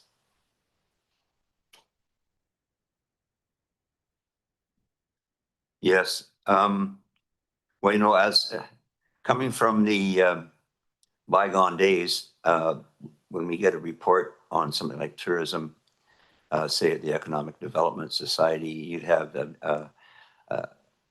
money person, you know, a very dour economist with no sense of humor at all, presenting graphs and circles and whatever. So I'm, you know, at least you got cold hard facts. Whereas you take this report, you have to admit it's a lot of blue sky stuff, right? There's a lot of, you know, in fact, some of the less woke constituents asked me if perhaps they plugged us into a chat box and it spit out, what is it? Is there in 27 pages, there's 56 buzzwords. So, you know, I think that, are we looking for now when this report's out, some cold hard facts on the ground and some comparatives with other districts and stuff like that? Yeah, we have that available right now. The plan has a really extensive situation analysis that perhaps those individuals didn't read. Because yeah, I frankly do take offense to that insinuation. Our team put 18 months of work into this, and I think it's a really high quality document that speaks to the feedback we received to the public. We're a team of experts, and we absolutely have all of the data's or all of the data points. If you'd like me to come back and provide a presentation on that, I'd be happy to anytime. I think the reality, however, is that I think that some of the nuances of tourism aren't to be found in the data of, you know, heads and beds revenue and, you know, GDP impact and local But that impact. is a big part of it. And we absolutely have that, Mr. Chair. But I think the future of tourism is more grounded on the needs of residents, how tourism can better contribute to quality of life, how tourism can reduce environmental impacts, how tourism can continue to create new and better long time, like year-round jobs. And the data doesn't really capture that. So we definitely have this plan informed in data. I'd invite you to read the situation analysis. You hadn't had an opportunity because there's a huge amount in there. And I think this framework is really trying to distill it down to a kind of higher level, more easily digestible version that the general public and elected officials are able to read and review in a shorter time frame. So just communications. We need more communication out. Thanks. Director? Anybody can correct me, but you know, I think what we have in the Comox Valley is pretty would be wanted by a lot of different regions, in the sense that we definitely have full occupancy through much of the summer, and growingly, you know, we continue to grow the shoulder, and then the winter with the skiing. Like, we have a very well capacity tourism sector with a lot of visitors and a lot of kind of steadiness to it. Like, I represent Hornby. On Hornby, we're still in the peaks of the valley. And so, and a lot of regions around BC are like that. So we're kind of blessed. And I do agree with Experience Comox Valley and the strategic framework, that a lot of it, that a lot of the important work is how do you make tourism work so it's a good experience for everyone involved, and you don't feel overwhelmed at peak time for both tourists and local residents. And that also businesses can kind of operate year round, which in Area A, a lot of our tourism businesses are operating year round. It slows down in the winter, but a lot of them are keeping their doors open. So that those are all positive things. Yeah. And so for me, it's like, and you've heard me before, Chair, I'm one of the people maybe on the woke side, as you would say, that thinks that a lot of what we need to work on is addressing some of the emergent issues. So for example, the Royston stuff, when it was blowing up on social media, that you could take your car down and go drive over the oyster beds and stuff like that. Like, that's the kind of stuff that over time we want to figure out to avoid pressure points on that, and for people to feel like it's okay to bring their beautiful Mustang from Victoria and go take a bunch of shots on the beach, right?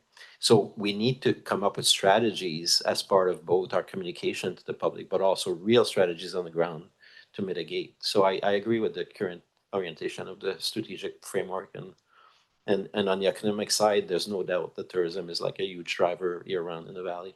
Thanks.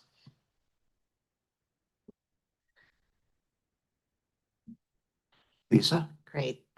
Thanks for your comments. They're greatly appreciated. I think that the notion of taking a look at the asset base in the rural areas is key, and the other work plans that are strategic work plans that our other departments have are really important in tying into the work of the tourism, and we see this plan being able to support some of the work in the other departments. I think that this plan is also a foundational plan for us moving into a destination development space and management space. Up to now, we've been very distinctly within visitor information services and marketing. And so we see this being a dynamic document. It is for 10 years. It's going to set the plan, set the direction for 10 years, but it will really be able to be updated and changed as needed. The other piece too, just in terms of the data points, we on an annual basis create tactical plans, annual tactical plans, which are very much the brass tacks, and then also look at a 5-year business plan.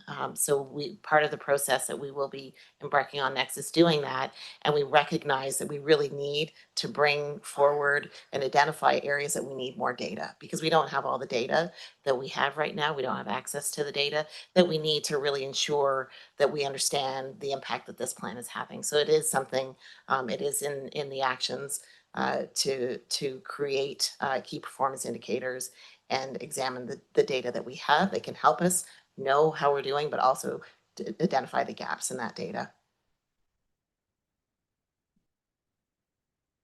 Thank you all very much. I think this is just for receipt. I wonder if I could add just one thing, maybe more of a question for either Lisa or Callum, with respect to the strategic framework, which is just that, it's a strategic framework at this point, and it is meant to be that roadmap for moving into the future. What kind of ongoing dialogue or ongoing reporting do you anticipate for bodies like the Electoral Area Services Committee or the municipalities? I think with the CVRD board, there would be an obvious reporting opportunity. Would that extend to the Electoral Areas Committee and other bodies as well? And would that be helpful for the Electoral Area Services Committee to, I think, to understand the data point collection, the tactical plans, the ongoing implementation of this service? Thoughts, Lisa? Thank you. Thanks for that, James. As I acknowledged at the beginning, I think that we need to come back on an annual basis, at the very least, to EASC to provide that year in review that we have been doing with the other communities and the board. I think that as we also move into implementing this plan, one of the key actions is greater communication, Director Reeve, as you mentioned, and meeting not only for the year in review, but also meeting to determine what expectations the different municipalities, basically the participants in the service, have, but also understanding the pinch points, their concerns, right? So that the annual tactical plans can be responsive. So I think that that's what we've been doing to date as an annual meeting. I think that what we see, and Callum can speak to any other points on this, but what we see is having greater communication, greater opportunity for this to be collaboratively implemented. Yeah, that's great. I think there's been a lot of momentum in the outreach to develop the strategic plan, and I'd like to see that momentum continue and support the service moving forward. So.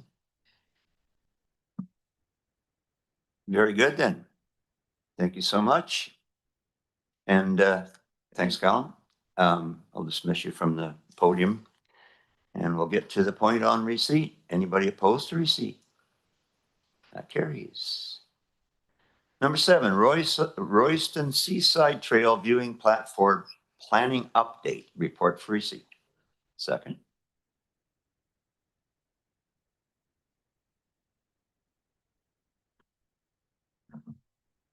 Thank you, Chair. The two Marks are at the table, Mark Harrison and Mark Hart. I think Mark Hart will be introducing this report, the Royston Seaside Trail Viewing Platform report. Mark, over to you. Thank you. To the committee, through the chair, here to provide a quick update on the Royston Seaside Trail Viewing Platform and seek direction to remove the platform and initiate a planning process for the site's redesign, starting with Comox First Nation consultation, and to report back to the committee with a preferred planning approach and engagement plan. As you'll recall, the The viewing platform was closed in 2023 due to safety concerns arising from structural deficiencies with the platform. Staff subsequently met with Comox First Nation staff and an archaeologist on site to discuss potential options and preferred approaches. KFN Comox responded to staff recently with its expressed desire to remove the platform and its openness to redesign the site and to naturalize the site. As you're aware, the viewing platform is a focal point of the Royston Seaside Trail. It's a reminder of the community's industrial history. It's also located within a provincially registered heritage site and Comox First Nations area of high archaeological potential. The CVRD operates the viewing platform and the trail through a license from the province. With the committee's direction, proposed next steps are to remove the decking and railings from the platform immediately or in the near term, thereby addressing any existing safety concerns. However, any earthworks which would be required, including removing any piers or site redevelopment, would require permits from the province and from Comox First Nation, as well as approval from the province to do that work.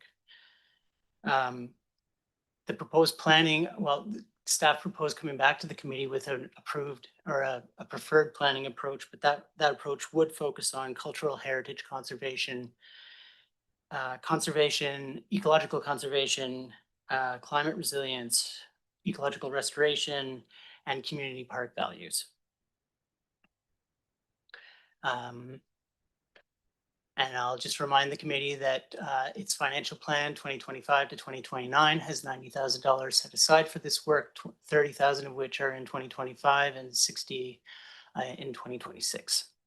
Thank you. Thanks very much, Mark. And Director Harbour? Yeah, thanks, Chair. And as I mentioned earlier on other matters, I was at the Royston Block Party yesterday, and there was huge attendance. It was about 80 people, and this was definitely a topic of conversation that came up a few times with key community members in that area, and I relayed the report, so I was able to test the waters for today, and it was unanimously, a lot of concerns. I think we're a little bit stuck with this one. So after I left, I actually went and did my own inspection of the structure. And maybe I have a question just on the structure itself, because the pier itself is on 8 stilts, and 4 of them are wood and are done, like they need to be done. The last 4 at the end are like, it looks like fairly recent metal that was invested in, and it looks in excellent shape. And in regards to replacing the platform, all I was left with is a lot what Royston residents are telling me as well, is it's not a big job to redo it. And even if you use the same hole for the 4 stilts that have to be put in and rebuild the decking, it's actually very minimal site disturbance. That's what I'm hearing.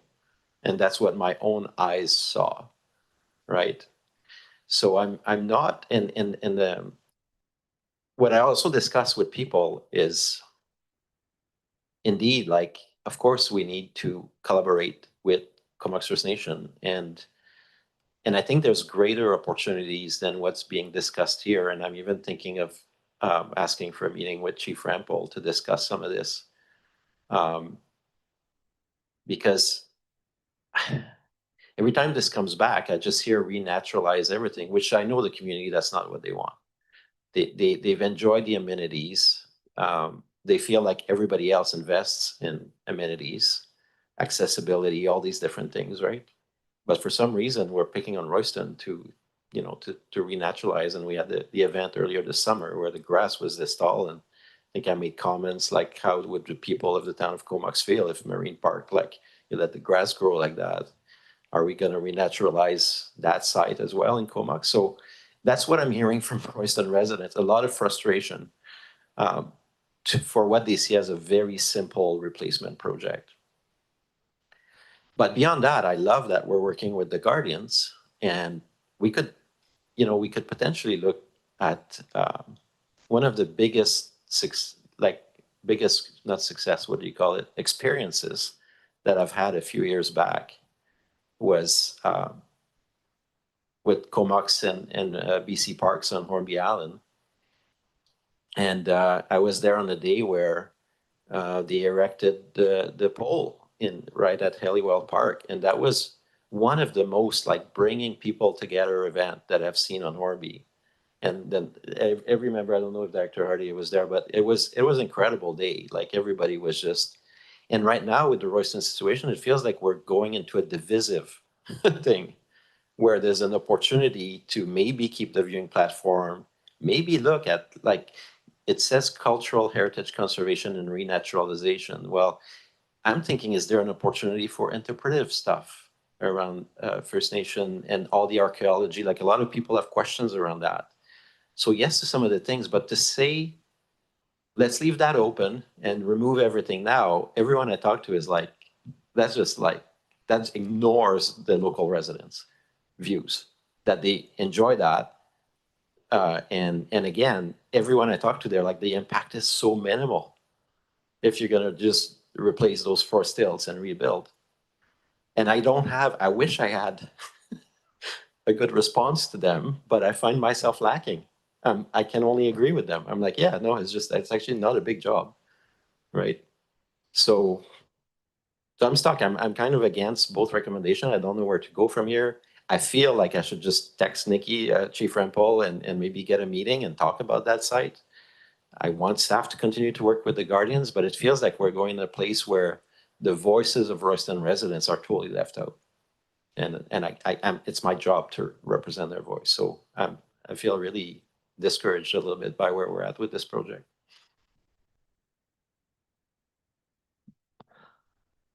Mr. Chair, I wonder if I could ask a couple observations there. I guess one is that with respect to the structure of the viewing platform itself, I know there's been technical work and analysis done, and I don't have the information readily available in terms of the condition of the pilings and the piers and the metal versus wood. But we can certainly revisit the condition of the structure itself, and I would look to those experts to be able to determine the viability of either use or reuse.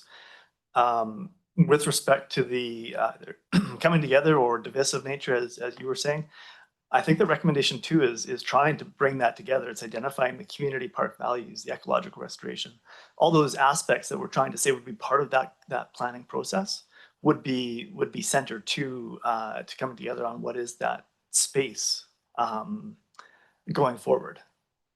Recognizing that the platform itself, based on the technical analysis, our recommendation would be that it would be removed because it's reached end of life.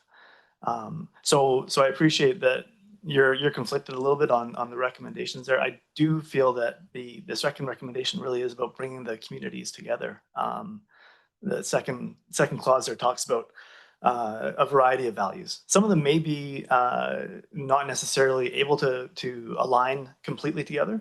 That's often the case when you've got values and you're working with values. Sometimes there is conflict in those values, but undertaking a planning process to bring those issues to bear can help to develop a meaningful outcome. So on the technical side, the analysis of the viewing platform, I'm not sure, Mark, if you had more information on that, or if that's something we'd have to bring back. I do know that we've seen a report at committee some time ago that spoke to the technical condition of the platform. If there's more information there that would be available to help this discussion, that might be helpful at this time. Yeah. Thank you to the CAO and the committee through the chair. So you're absolutely correct, Director Arbor. The platform work was done in 2014 to update a portion of the platform. Unfortunately, the entire all of the piers were not replaced, and the stringers were not replaced at that time, and they have now reached the end of their life, their useful life, and they present a safety concern for the community.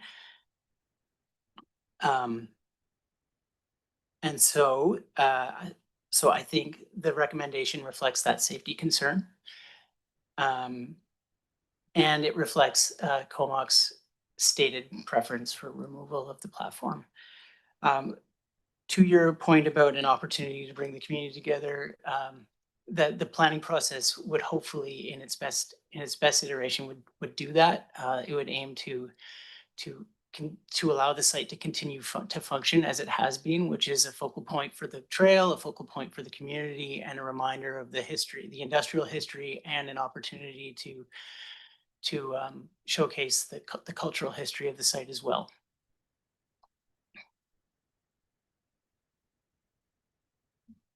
Mark, you want to say something?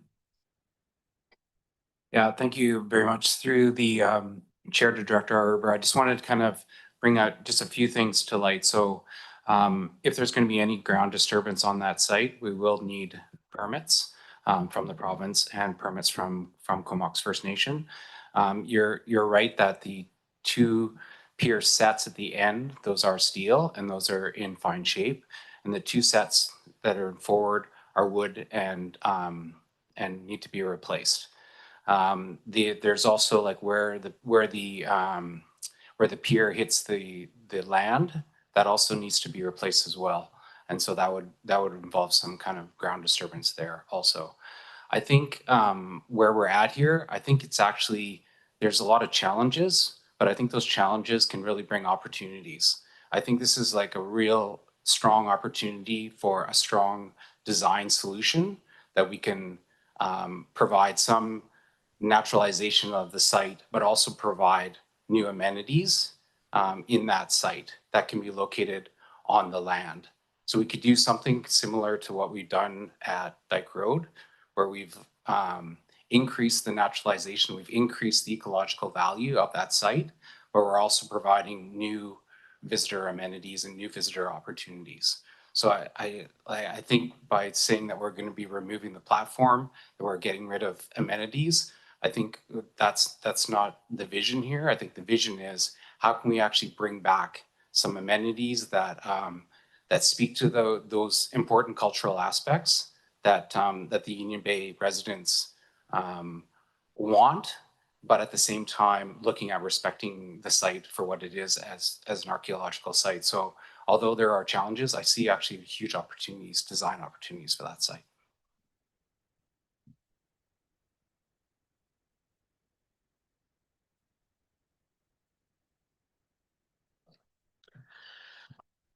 Yeah, thanks. It's just, I mean, what you say sounds good, but I've been raising this issue for 2 years, and we were supposed to do planning and community engagement last winter, and we should be at much more advanced than we are now. So we're going at this, you know, the slowest speed possible in this project.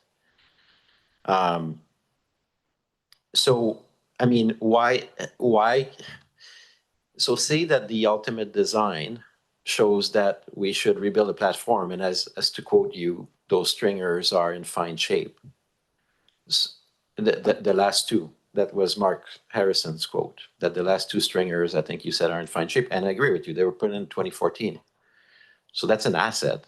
So why don't we do the planning and not remove the platform? Like what I mean is currently no one is going on the platform, it's blocked.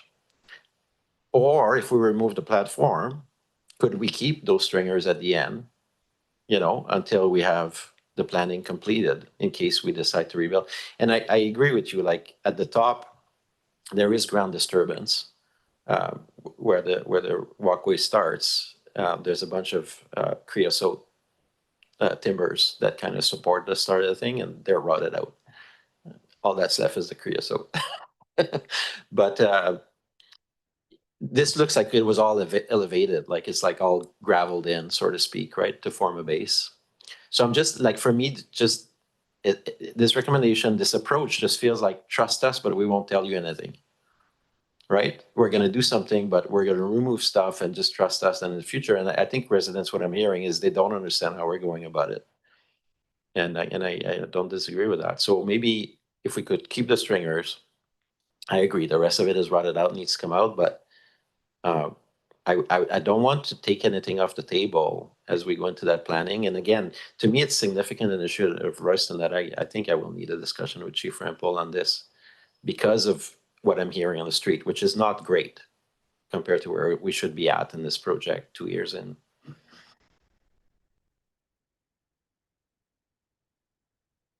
Mark? There you go. Yeah, thank you through the chair. I definitely think there's an opportunity to leave the pillars in place. And that way we're not doing any ground disturbance. So we could remove the planks and we could remove the stringers and we could keep the pillars in place. And then that can just be there as we're going through the planning process. So I think that there's that opportunity when we're saying here that we're removing the platform, the idea wasn't that we were going to remove the pillars, because the pillars would need permits in place. And I think we need to have an actual design and a plan in place before we're actually moving into the permit realm, if that makes sense. All right. Director? Yeah, that could be okay. And I'd like to mention, I think the metal pillars at the end, they're actually timber steels, like their frame. They kind of span, unless I'm wrong, it's actually 2 pillars connected by metal and welded, so it's pretty skookum. And I just worry, my last comment for today is if I would like that, if we could keep those, but that will probably raise some safety signal because of their nature. So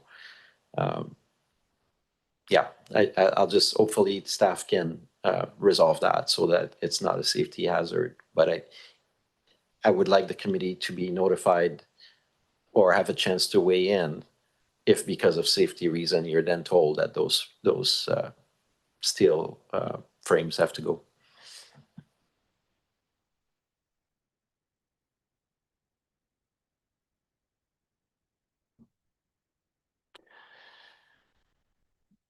Any other comments from directors? Well, that's okay. I think I'll let you go first and I'll comment. Yeah, one last one. So just in the recommendation, a lot of the values hint at renaturalization, and maybe I would like the second line to read, include cultural heritage conservation and celebration. You know? Thanks.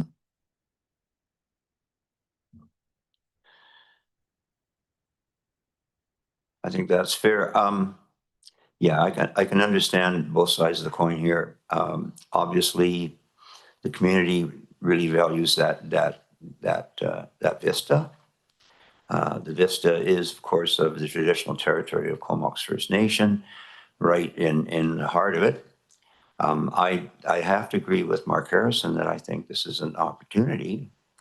It may take a while, but it's an opportunity to have something that celebrates, the history of the area back pre-colonial, and also a nod for the beginnings of Royston. A lot of people don't know the Royston was the Roy family farm at one time. And when the strike broke out in Cumberland in 1911, Dunsmuir got the Seaforth Armory to come up here with baseball bats and beat up the miners and pull them and their wives and kids out of the company houses. They put them on people got wagons, and a lot of the farmers, including the Grieve families, helped them move down to Roy's farm. And they spent the winter down there basically in tents and makeshift shelters. And if it wasn't for the local farmers giving them cabbages and potatoes and carrots and all the things that sustain you when you got nothing else, they made it through the winter. Of course, the whole situation changed with the outbreak of World War I. And then it was all, wasn't an important part of history after that. So yeah, there's a lot of history, both current history and ancient history. And I do think that without putting anybody on the spot, that I'm sure there can be some kind of a compromise made that allows the respect of the ancient cultures and the settler cultures and the history of the place. It doesn't have to be anything too grandiose. You mentioned, you know, putting up a welcome pole or something. Maybe we can even get to that point. And I'm optimistic that, you know, building on the relationships we have right now, which are pretty good, considering some jurisdictions. I think that there's some opportunity here to work with parks and work with KFN and work with the BC government. And heaven knows, maybe even the BC government can bring some cash. Okay, so we're just on receipt. So I'm calling the question on receipt. Anybody opposed? That carries. Now the recommendation, you got a craft for the recommendation. Thanks for recommendation 1. I'd move that staff be authorized to remove the Royston Seaside Trail platform structure except for the steel infrastructure as it has reached its end of life.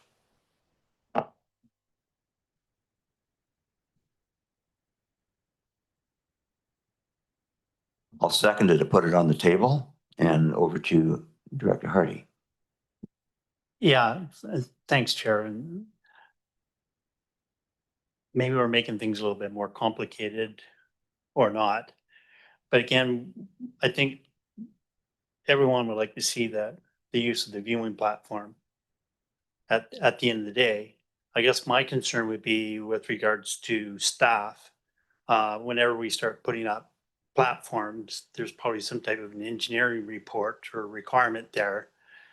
And what we're saying is keep, if I'm understanding correctly, is let's keep these stilts in place. But again, not going through that planning process and understanding what the engineers are going to say with regards to this platform going up. Should we not take that into consideration with the planning here to turn around and say, let's remove the platform, let's keep these stilts in when we haven't had anything, and maybe there has been something, but it hasn't been provided in the report, an engineer's report saying that we would recommend that new stilts be put in place, or we can keep these ones in place. So to me, I have a struggle with an amendment to recommendation number 1 without really knowing and fully understanding if there's an engineer's report that's come forward saying they should be removed or they're good to go. I think with the recommendation as put forward here and the addition of the except for steel infrastructure language, staff would take that and work towards executing that. If in that analysis the engineers or the decommissioning or the removal determines that it cannot be done or something else has to change, then we come back to committee to seek further direction. My hope is that we wouldn't need to do that because it would be straightforward, but we'd have to explore that with the with contractors who are doing the removal. So I think unless Mark, you've got something to add in terms of the added wording there, I think it's wording we can work with. And if for some reason it poses a challenge, we'll be coming back to committee to work through what that challenge is. So if I'm understanding this correctly, we do not need a permit to take down the deck. But as soon as we get down to anything that penetrates the ground, then we have to talk to the province and Comox First Nations. And we take the deck down because of liability issues, which will be culpable for if something happened. So I think it's a pretty good compromise. So no further discussion on recommendation 1. All those in favor? As presented by Director Arbor. Is it up? I think the motion, as I understood, would be that staff be authorized to remove the Royston Seaside Trail viewing platform structure, except for steel infrastructure, as it has reached the end of its life. Not just the steel, because one of them are wooden pillars too, right? Because you'd be disturbing the soil for it as well. So yeah, the additional wording was the except for steel infrastructure. after the word structure. But then we'd have to get a permit anyway. So what's the point? At that point, you got to get 2 permits. Mark? Yeah, thank you to the chair. I think we can remove the decking and we can remove the stringers, which will mean that people can't get out onto that space, and we can leave the pillars in place. But you know, through that, I'll make sure that it's safe for the public. So I think, as I see it, we could leave the wooden pillars in the front, and we can leave the steel pillars in the back end. And then we can look at those steel cross members as well. And if they don't pose a risk, then we can leave those as well. And then that basically eliminates people going out onto the deck and out onto the platform, which alleviates the risk. And then we can enter into a planning process and figure out what we want to do to optimize the site, if that works. Sorry, that staff be authorized to remove the Royston Seaside Trail viewing platform structure, except for the steel infrastructure, as it has reached the end of its life. Well, that doesn't really cover it, does it? We just say, with the exception of the supporting pillars or the supporting pylons, because I guess they are pylons, aren't they?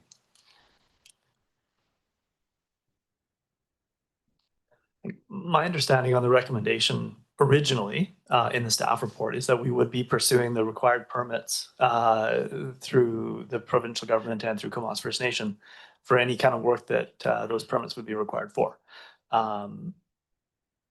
This recommendation here, by keeping the steel infrastructure in place, it would still require those permits to be obtained. And that would be work that would be undertaken, even with this recommendation that's on the floor right now. Dr. Arbor.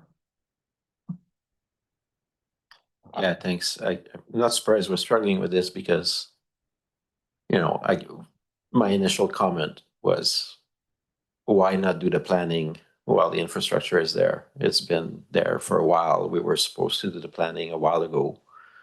So we could just wait. That's the other option, is get rid of this recommendation, leave it as is, do the planning.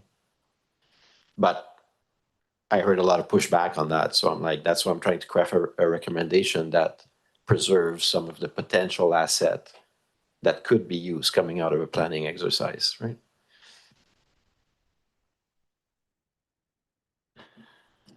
I think Doug Marzen wants to chime in. Doug? If I may, just for clarity, we're getting into kind of the technical details of the platform here. So essentially what we're looking at leaving in place would just be the substructure. So this includes the wooden piers that Mark's referred to, the abutments and other support elements that are below the stringers, and the decking and the railings, at which time we'd implement a planning process. This is assuming all things are safe, and that planning process would eventually lead to conversations in the community and potentially Comox First Nations to understand the landscape details there. Regardless, at some point, we've already identified some of that substructure is rotten. I think after that planning process, we'll know better what parts of the substructure we keep and what's removed or replaced. And that'll bring us to that phase. So I think just by simply leaving the substructure in place, Mark, where we'd be using the correct language in this terminology. So then it would read except for the substructure. Yeah. That would be an easy fix.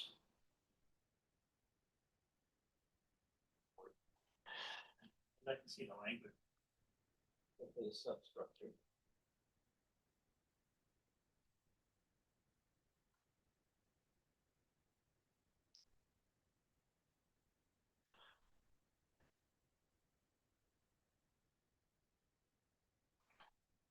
you could consider That's bad English. you could consider removing as it has reached the end of its life. because Exactly. Some of the substructures It also, refers to the pylons. Want the language? Okay. Devil's in the details. Bring Lisa back, for God's sake. Jeez. Mr. Chair.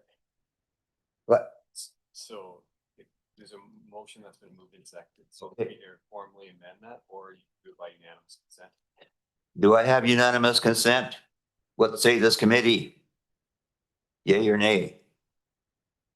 Just to take out the end of life thing. That makes sense. Okay, yes, we're unanimous. Good.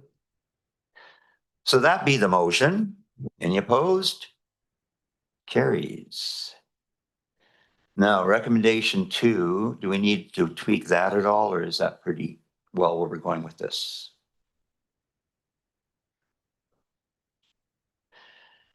Director Daniel.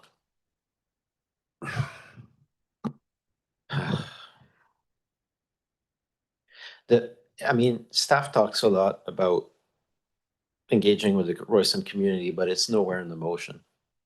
You know, it talks about that staff initiate a planning process for the Royston Seaside Trail Viewing Platform area, beginning with consultation with Comox First Nation. I've already spoken about the second part, but is there opportunity here to insert in the Royston community somewhere in there? Director Hardy? Yeah, thanks. In recommendation number 2, and at the final bullet, it says, and finally that staff report back with an update on the planning approach and a community engagement plan in early 2026. I would think that would be that opportunity for the Royston constituents and anybody else in the valley to provide impact. Would it not? Like to me, that's how I read it. Yeah. And I think with regards to what your comment was, Director Arbor, I think that final bullet does kind of address the concern that you put forward, in my opinion. No, Maybe I'm not reading it properly. through the chair, that's fair, and I agree with you, actually, I missed that. Okay, the first bullet does say beginning with consultation with Yeah. Comox First Nation, because that has to be your starting point. And finally, that on the planning approach and Royston community engagement plan. Yeah. Why don't you just put Royston community in there so it specifies we're talking about Royston on that bullet?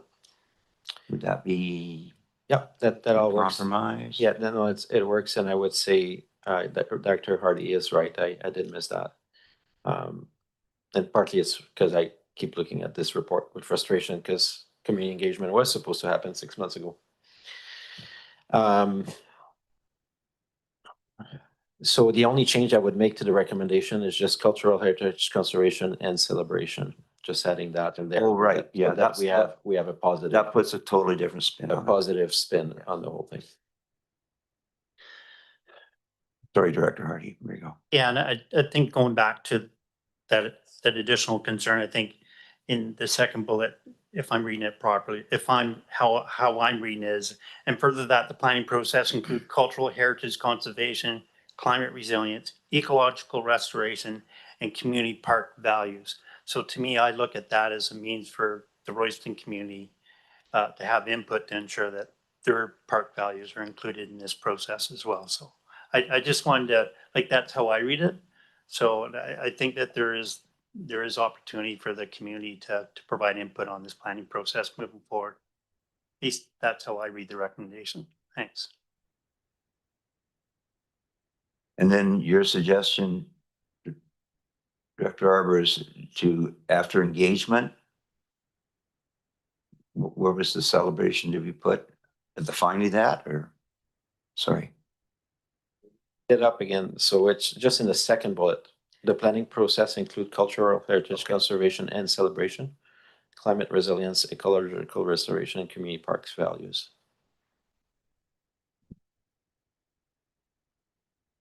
Got to wait for the intern to catch up here.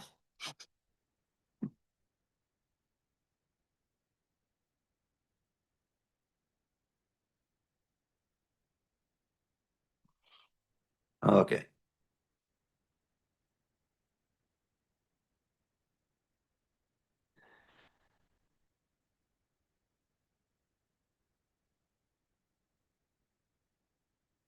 Not unanimous? This is right.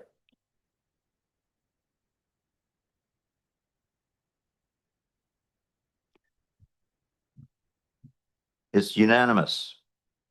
Okay, I'm gonna take a vote on it before somebody changes their mind. Anybody opposed?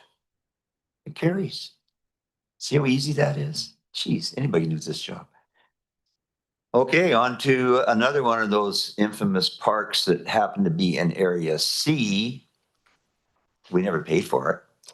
It's report dated September 3rd regarding an update on the Maris Park management planning process for receipt. We want to take a quick, how are we doing on lunch? It's here. What do you figure? Should we call lunch? I think my tummy rules. We're gonna break for lunch, folks. See you in about 25 minutes, maybe less.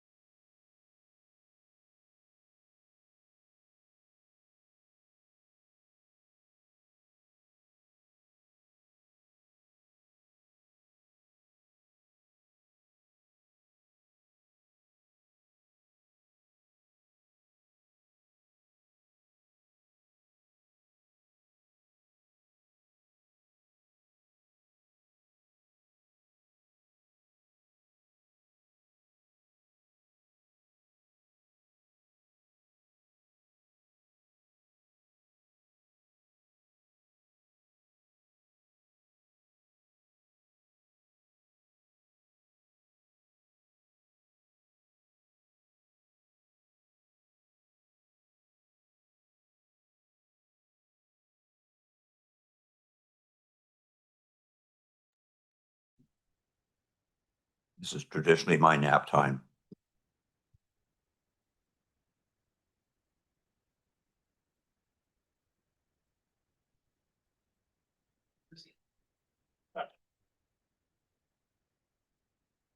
All in favor?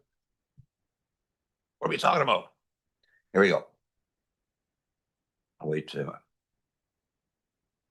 So I received a report and over to Mark Hart. Thank you, and to the committee through the chair. Here to give you an update on the management or the Maris Nature Park management planning process. And to recommend that staff present the draft vision and goals to Comox First Nation Chief and Council as appended to this report for guidance and feedback. Also to return to the committee to advise on next steps to develop a draft management plan for the park. As you'll recall, the park was established in 2022 through ecological gift program land donation of 40 acres. The park was expanded again in 2024 with an additional 4.5 acres. It's currently 44.5 acres in size and includes nearly 1 kilometer of ocean frontage. It's located at the end of Tasman Road in Merville. It abuts Sarah and Brian McLaughlin Park and the Eagles Greenway, and is adjacent to Comox First Nations Williams Beach Treaty Settlement lands.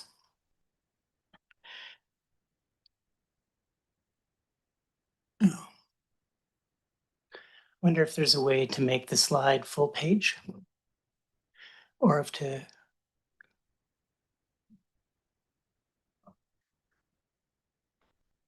Thank you.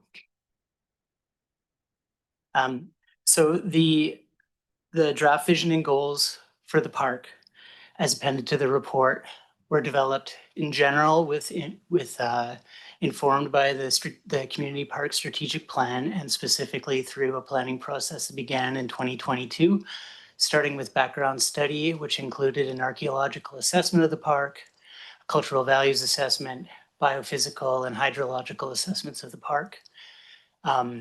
Further informed by engagement, which occurred in April and May of 2025. Summaries of both of those things are included as appendices to the plan. No problem. Wonderful.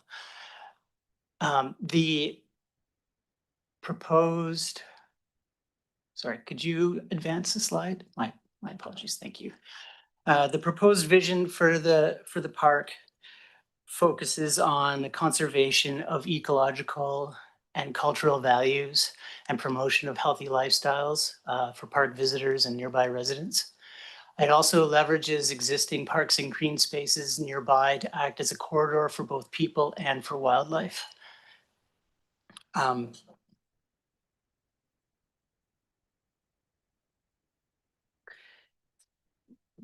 Sorry. The goals of the plan can be organized into six thematic areas, specifically honoring Indigenous cultural values, a focus on conservation, partnerships and collaboration, visitor experience, and public safety. A further, like a detailed report on the proposed goals for the park is appended to the report. As I said, the proposed next steps would be to present this vision and goals to Chief and Council of Comox First Nation and to report back to this committee with proposed next steps. Thank you. Thanks very much. Any questions, directors? I have one. Some time ago, we were contacted by an agent from the people that donated the park regarding helping us out building a trail down to the beach or rebuilding it or whatever. And at the time we said we had to have a park plan. So do we know if we've missed that window, or is it still open to us to get that? I think about $200,000, I thought it was, to help Forest Park? To the chair or to the committee through the chair, thank you for that question. To my understanding, that donor is still interested in helping us with that infrastructure. Once we have a plan in place, we'll reach back out. Actually, scratch that. We'll be working with the donors as well as the community as we go through the plan drafting process. They'll have an opportunity to comment and input once the committee is comfortable with the first draft. That's very good news. So on receipt, is there any more questions or comments? Call the question on receipt. Anyone opposed? Carries. And recommendation attached. Moving second on the recommendation. Any other comments? Seeing none, call the question. Anybody opposed? That carries. Budget amendment for Saratoga Beach Community Mosquito Management Service. And seconded. And over to Mark Harrison. Thank you. Through the chair to the committee, here to seek a budget amendment to support the renewal of the integrated pest management plan for the Saratoga Beach Community Mosquito Management Service. An integrated pest management plan is required to be renewed every 5 years. This plan is set to expire in April of 2026. It does take approximately 6 months for the plan to be developed and then go through the approval process with the BC Ministry of Transportation. And obviously it has to adhere to all those requirements within the Integrated Pest Management Act and regulation. That Pest Management Act will ensure that all laws are considered and that public consultation regarding this pest management plan is satisfied. Currently, we have a current reserve balance of just over 29,000. We suspect that this will be approximately $8,000 to do the plan. Unfortunately, it wasn't within the 2025 financial planning process, and that was my oversight for that. But if we are going to continue with the service, we will need to have an updated pest management plan for the service to continue. Thank you very much. Any questions? So a little background, there's a certain breed of mosquito they call a saltwater mosquito. They're very small, but incredibly voracious. And they actually can live in saltwater marshes. They're very difficult to treat. And it took quite a lot of work to actually get this pest management plan, establish a service area and tax requisition to make it happen. But you know, it was probably the most divisive thing in the community up until the Speedway, when I had 99 different emails on the subject. And why can't I do anything? But of course, it's provincial, right? You're dealing with, you say the Ministry of Highways. I thought it was Ministry of Environment, but it's Environment. Anyway, so we have to do that review every 5 years. So this is the 5 years. Anyway, good to know. Anybody opposed to receipt? Carries. And recommendation, I'll move it. Anybody opposed to recommendation? That carries. Communities, Parks and Greenways Service 621, equity considerations, report for receipt. And over to Mark again. Thanks, Chair. And Mark Harrison will be introducing this report. Mark has worked with your executive team and his Parks group and has put together this report primarily for background information. You'll note there are some options presented for the committee to pursue if it is interested. And I think Mark will just turn to you to provide that overview of the report. Thank you. Through the chair to the directors, as requested by the committee, staff have drafted a report that outlines some of the potential options for the committee to consider regarding service delivery equity within the Rural Community Parks and Greenways Service 621. Just for a quick background, in 2023, staff did draft an analysis report of the service. The report did show some inequities with the service for Area A, largely around operations, which appears to be largely a result of smaller parkland based in Area A as opposed to Area B and C.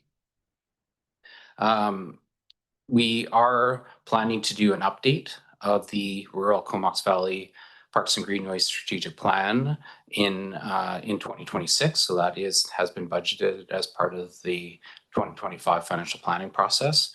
That plan does guide service delivery and expectations within that service. We do expect changes to be forthcoming within that rural strategic plan based on the adoption and the strategic plan for the regional parks and trail service. We do expect it to be more rural and community focused in terms of amenity delivery.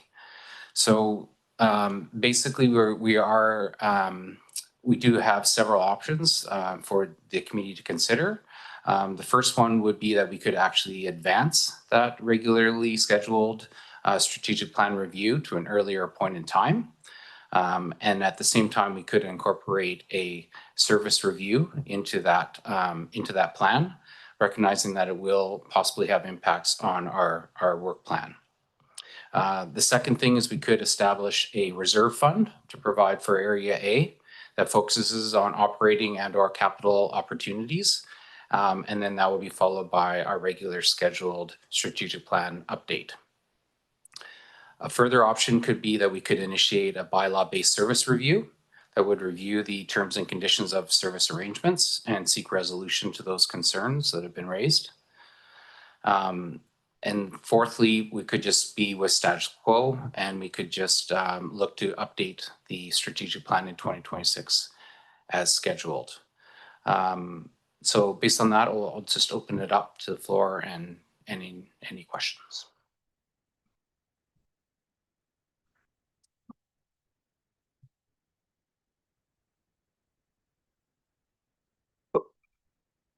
Died. So any thoughts on that? I would like to start off by saying that it wasn't, I don't think anybody's intent that we had this kind of inequity develop over time. Area A has been falling behind lately. I think not so much through more through the lack of available options. I mean, when you got Mosaic surrounding that area like it does, and they won't come to the table to talk about anything, which is amazing. You know, it kind of limits our ability to develop anything in that area unless it's private land. And we've been very fortunate in the northern electoral area to have some big donors that donated large tracts of land, so it's helped us out, including, you know, Patty Evans and the Bear Creek Park, Maris Park. Yeah, so, but one of the things I wanted to ask, and I don't know what the technical holdback is on this, but with the Union Bay Nature Park, now it's been transferred into ownership of the Comox Valley Regional District. What is impeding us from actually putting money towards that? I mean, sooner than later. I know there's some concern about, you know, a future developer or you know, a change in the master development agreement and all that kind of thing, but that's history now. I think we've got the park. So wouldn't that be a good place to start?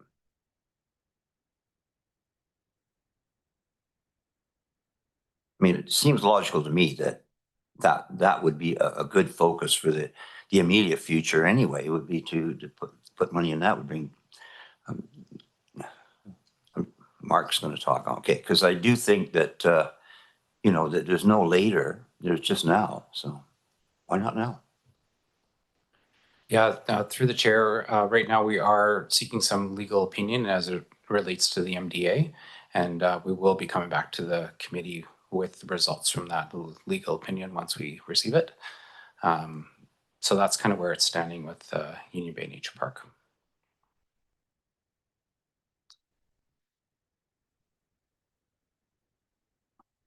Director Hardy? Yeah, thanks. So maybe Director Arbor can help me. I'm still trying to fully understand what the issues are with regards to the service.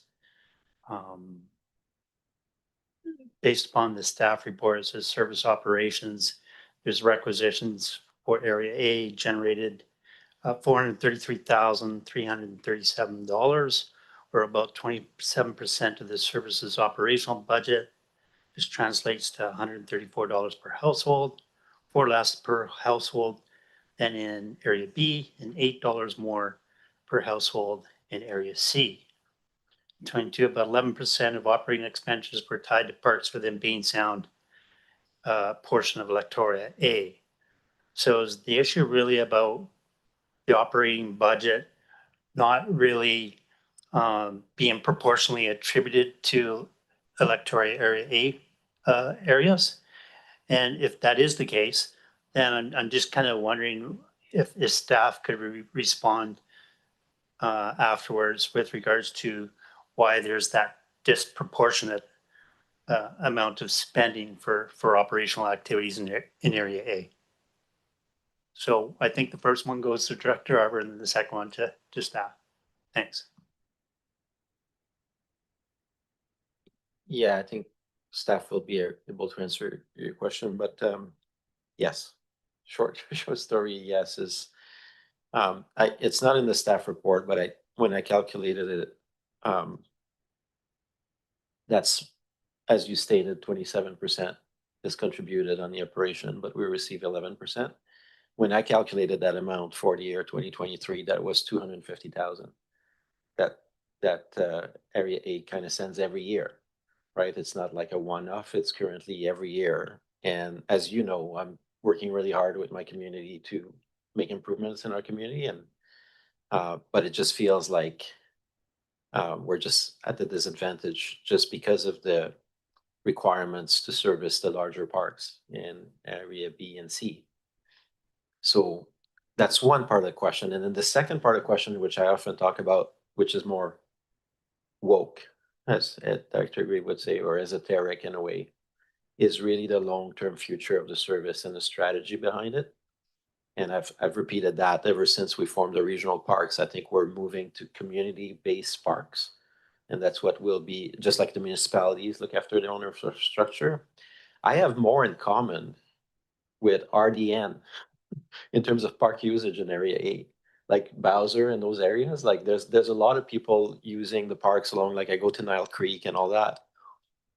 Not a ton of people go through the trouble of driving through the municipalities to visit a local park in Area C or sit, So so for me, that in the long term, as our parks become more like community rooted, so to speak, at community scale, and the regional parks will be the large regional scale.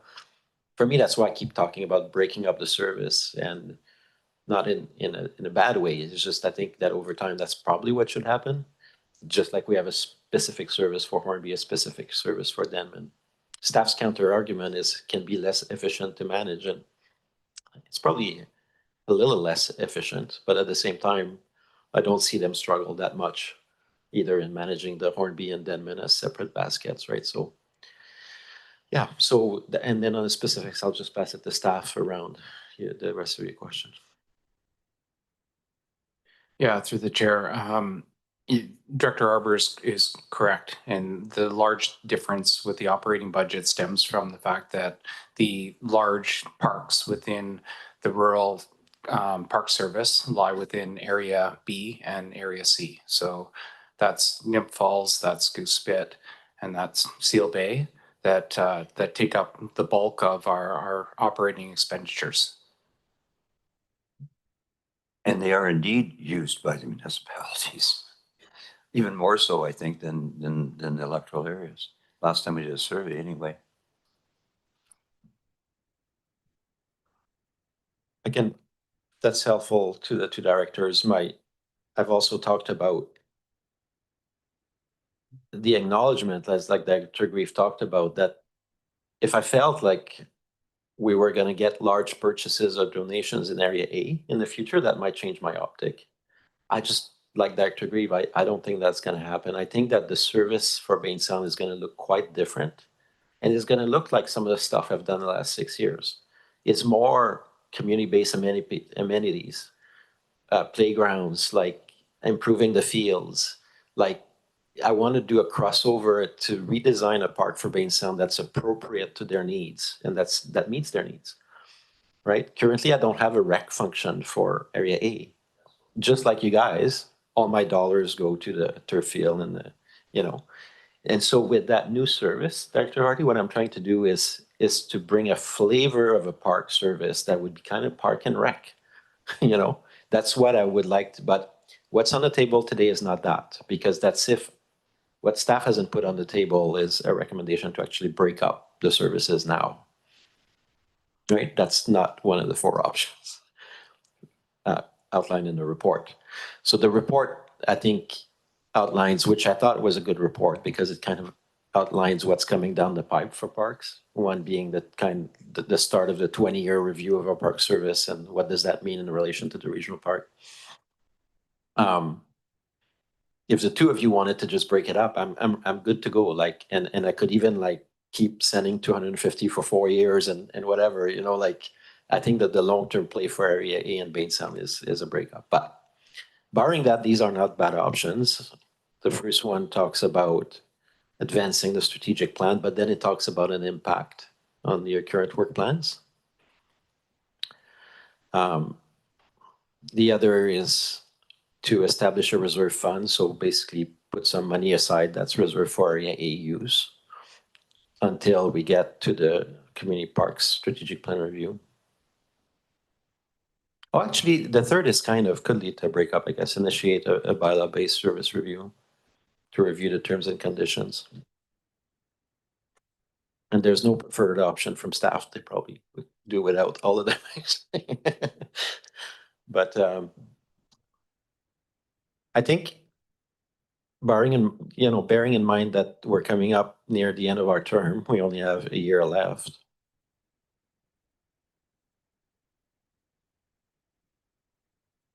Yeah, I don't have a strong favorite option. They're all decent. I think is that the number 2 option would not disrupt the current work plan as much.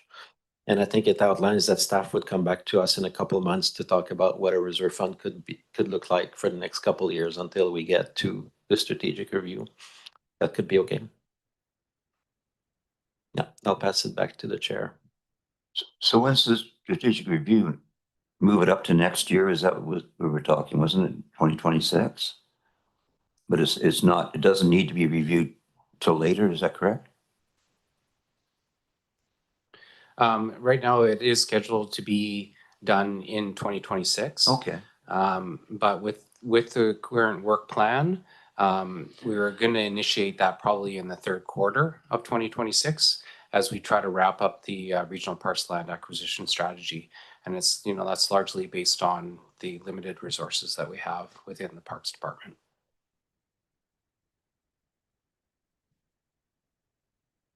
Dr. Hardy?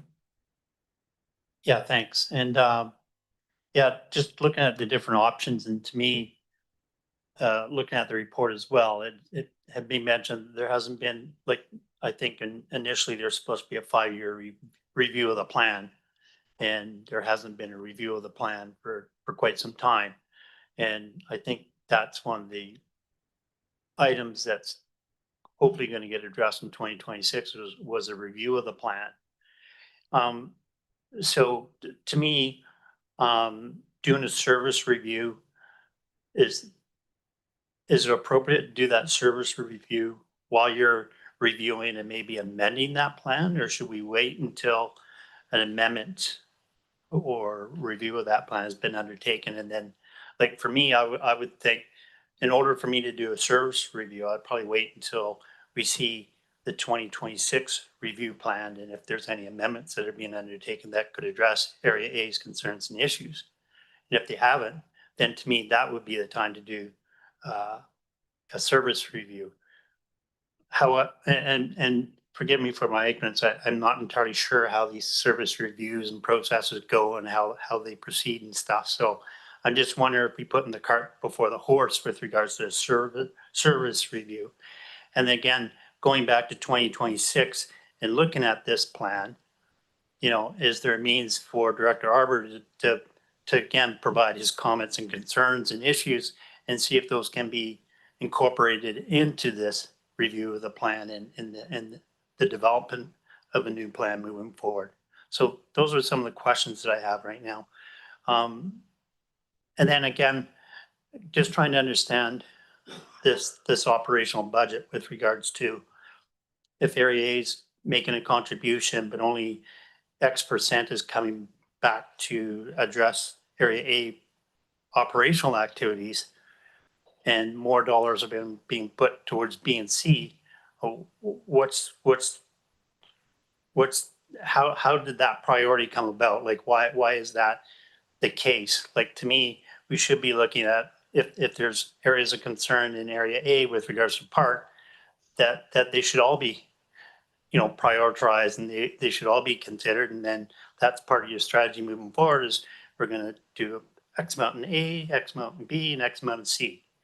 And if there needs to be an adjustment to allow for more activities in Area A because they haven't had the same amount of dollars directed towards their activities, then let's address that. So those are just some of my thoughts and comments right now. Thanks. So yeah, we should all chip in to help. Take it out of the one pot, just balance it out from all three tax requisitions. When you come to the rec part of it, though, I'm with you all the way on that one.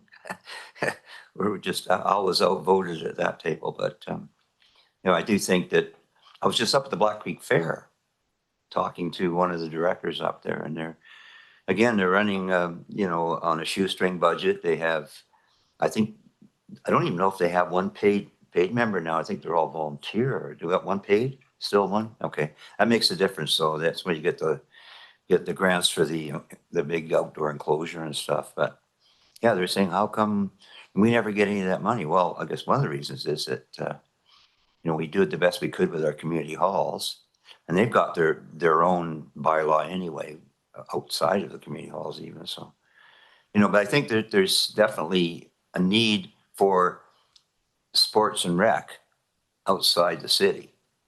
And I don't know how we can shake a bit of that money loose. You know, we can't even get a all-weather field in Comox or something. It's always, you know, cover your ears. It's always, you know, directed to the city of Courtenay's, and albeit they do have the facilities and the property to work on. But yeah, I think that there's a bigger discussion there now, whether or not, and you talk about the regional parks, and you're saying it's probably going to take till 2028 before that all comes clear. So, you know, that's the bigger picture. Again, would it not make more sense for Nymph Falls, Seal Bay, the Spit, perhaps Stoughton Falls one day, to be part of that umbrella, like the bigger parks like that might make more sense. So that's a discussion for the future that would shape this whole discussion, right? Which would shape the whole prospect of what comes next or what's going to fit in the future. So, but yeah, I think we can level it up with the system as it exists right now, at least until we tread water and find out a little bit more about where we're going in the big picture, where we're, you know, in the long term. So, Director Arbor.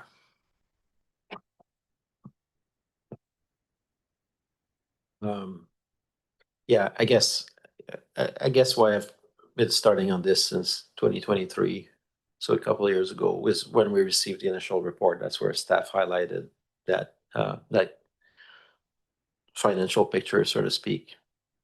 But I have to say, even before then, I think Director Grave probably remembers, I was talking about, Parks and Rec, and last term I was the one who was talking about community hall. Like, we got a ton of needs that go unaddressed right now. And for me to have, in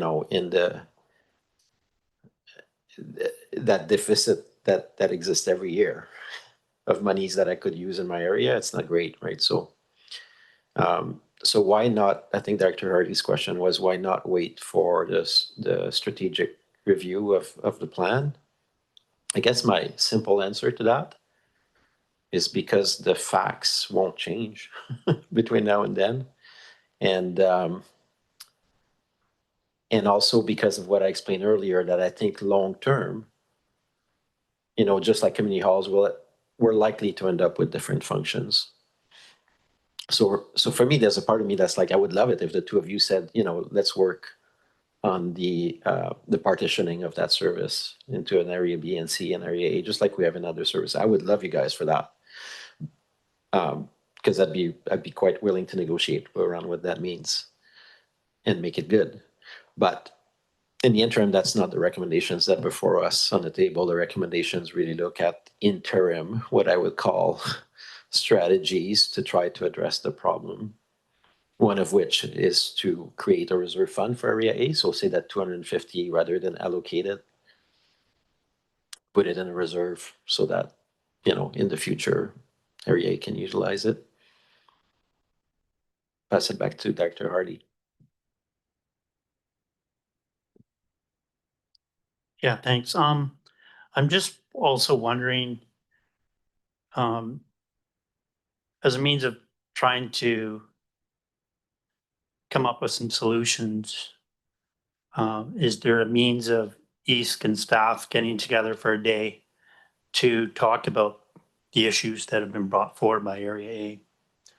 And to see if we can come up with some resolutions that, again, when we go to, or when staff and East come back together to review the plan moving forward, that those solutions are incorporated into that plan.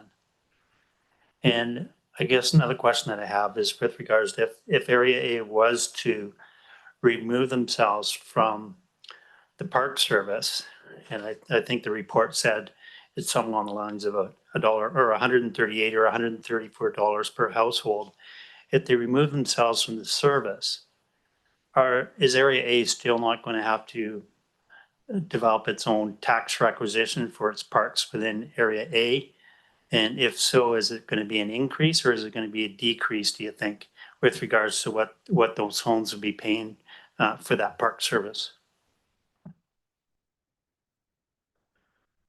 Thanks. Hardy? Director Arbor. Yeah, that's a good question. That's been on my mind, and part of what I've realized with the regional parks is it's one of those few services where we don't necessarily need electoral assent to create it. So I that's not in this report because they're not exploring the split, but my understanding is I could create a service without electoral assent.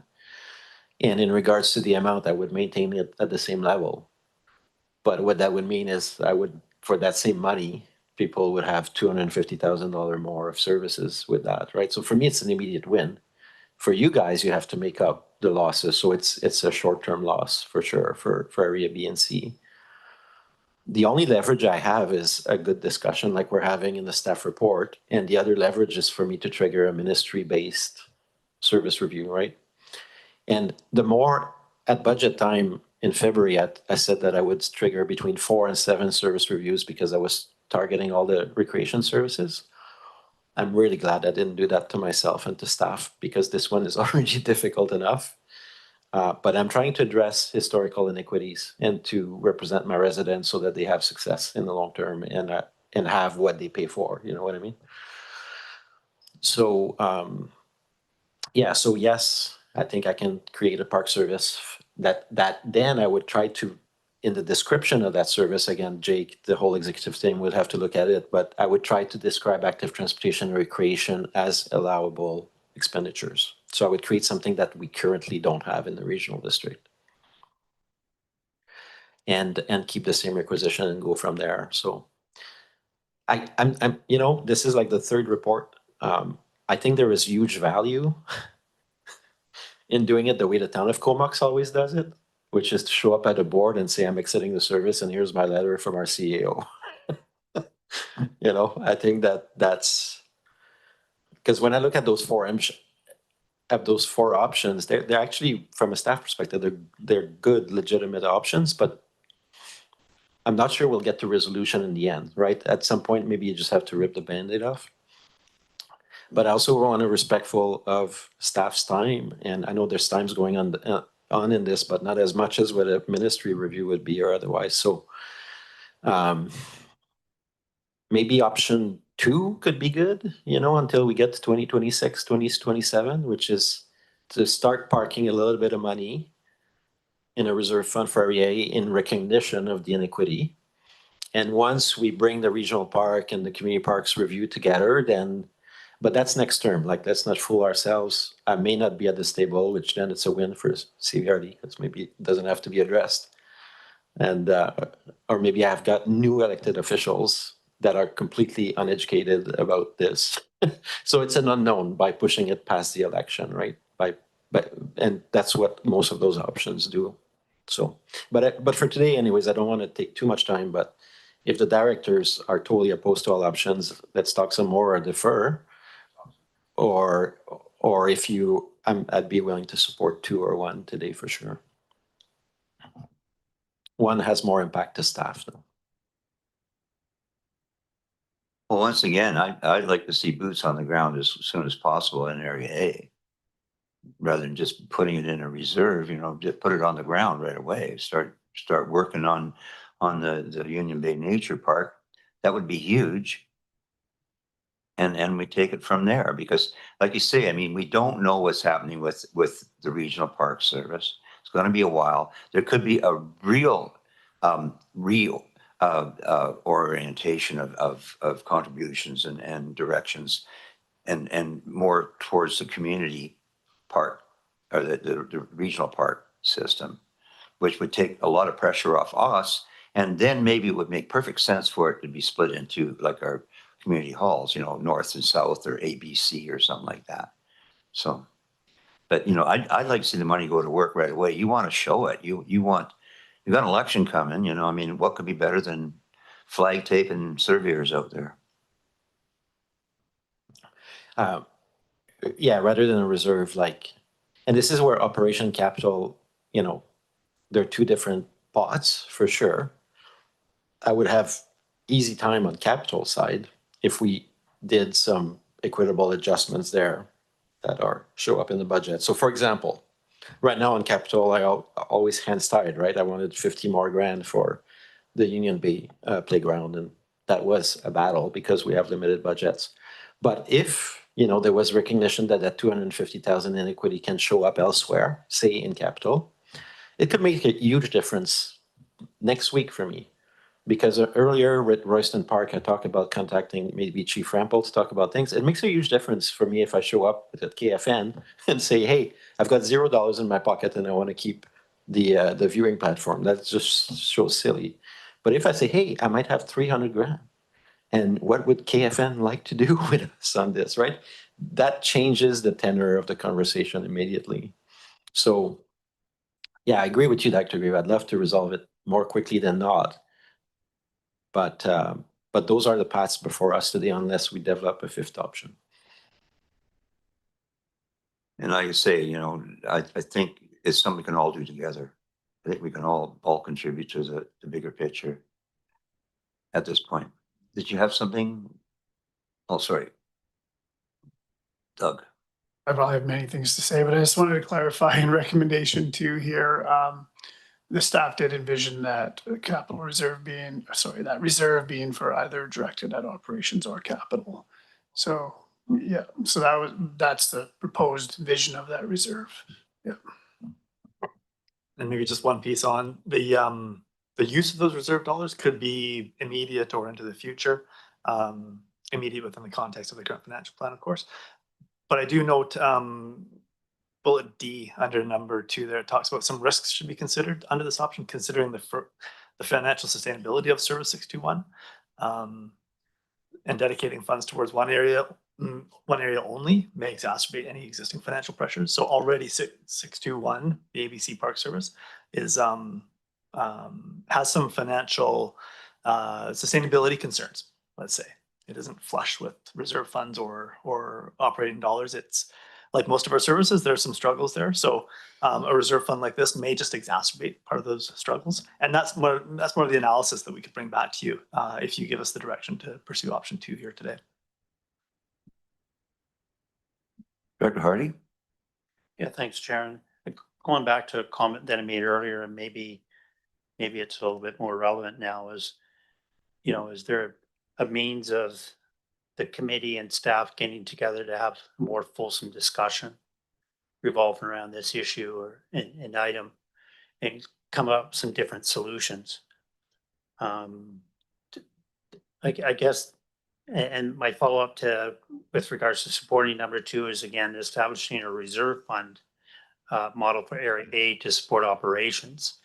I guess that would be, again, going back and getting some pertinent information with regards to how much of a reserve fund are we talking about? Is it 100,000? Is it 300,000? Is it $1 million? You know, hypothetically. But again, just trying to fully understand what that reserve fund model would look like and what the costs associated with it would be. So, like I said, I think it would be worthwhile spending an afternoon, just again, you know, in camera or whatever, just having conversations revolving around, you know, kind of spitballing, and then coming up with some ideas, and then maybe perhaps the next East meeting we could put forward, you know, a follow-up with regards to the report with different recommendations if we think that different recommendations need to be put forward. Just throwing it out there. So my question to the CAO, would that be then basically some kind of electoral area strategic planning parks? Do we have time to squeeze that in between now and budget? I think that as staff sort of envisioned option number 2 there to talk about a reserve fund, we did consider having like a 2-stage process is how we describe it. And it would be a chance to have an initial check-in. It might be what Director Hardy's suggesting there, where there's we can flesh out a few of those considerations and a few of those options and get to understand what the outcome of a reserve fund might be. That would be that initial check-in. Call it a strategic plan for parks. It's I think we'd want to make sure that we're able to present you with the information that you need to be able to have that further discussion. And if it is really focused around the reserve fund idea, which sounds like that's where the directors are putting some of your attention right now, then I think we could do that. And really it is all about the consideration for the 2026 to 30 financial plan in the springtime. So if there's interest here today and you give us direction to pursue number 2, we would schedule a whether it's an afternoon of an existing EASC or we conduct a special EASC meeting. Nighttime EASC, I heard one vote for that. That would be where you can have that further check-in, and then from there, I think staff will be able to put together the policy language for a reserve fund model. Yep. Meanwhile, just sock it away for now.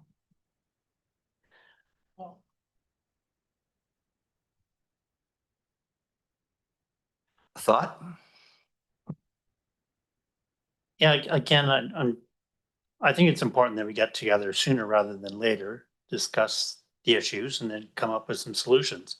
And to me, number 2 talks about some solutions, but let's sit down as a group as a whole, review those solutions, and say which one looks the best for us moving forward. But again, let's try and address this issue sooner rather than later, in my opinion. To me, for us to trigger or to turn around and have a service review, which costs a lot of money, staff time, director's time, etc. To me, if we're going to take that time, why don't we just come up with some solutions and maybe we can keep Area A in the service instead of, well, for now and maybe moving forward, if we can come up with some solutions that are going to address everything. If they don't, then I can see Area A wanting to skip town. But to me, let's try and work work it out first instead of let's get out of Dodge and go and do something different. I just think, you know, we should try and develop some type of a process that benefits everybody here at the end of the day, not just one party.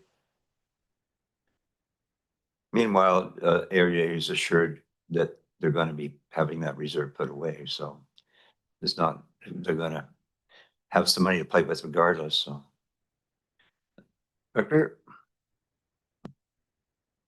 Yeah, thanks. I agree with everything that's been said, so that's good. I would say that there is a last option too, which is the one you saw me press really hard in February, which is when we were gonna have a fight with the town of Comox about being the housing authority. I was on the mic right away to say, let them go right now and save ourselves some time, because if somebody doesn't want to be in it, don't be in it. And if it doesn't hurt us, it doesn't hurt us. So keep that option too with you. Hopefully, I hope that you can see where I'm coming from. It's not a bad place. It's just I'm trying to create something different in Area A, which I think over the long term will be beneficial. But in the meantime, yes, if you want to, I agree with everything's been said. Option two with a check-in in depth. I'd ask that it not be an all afternoon because of my other work. But yes, yeah. Thank you.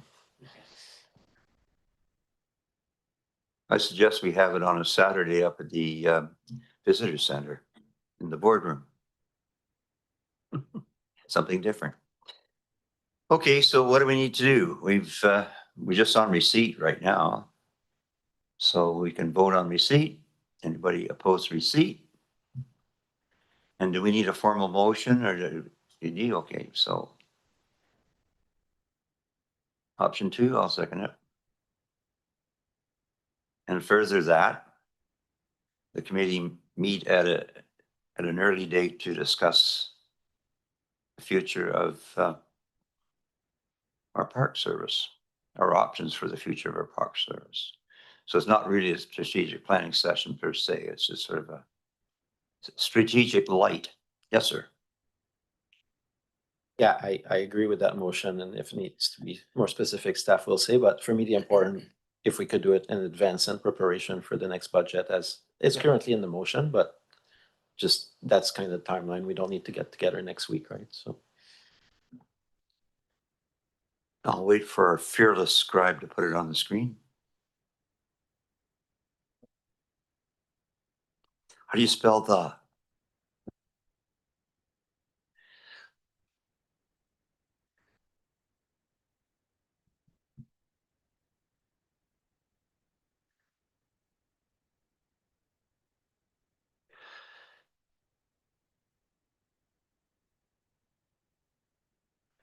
The staff be directed to establish a reserve fund model for Area A to support operations, capital projects, and land acquisition for use within the main sound portion of electoral area A.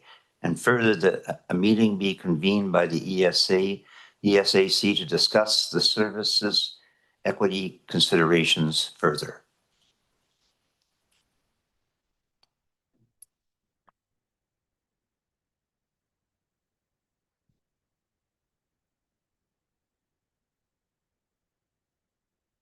I just wonder if we can simplify things and just say, you know, I think recommendation number two is what the committee has said that we would be interested in pursuing.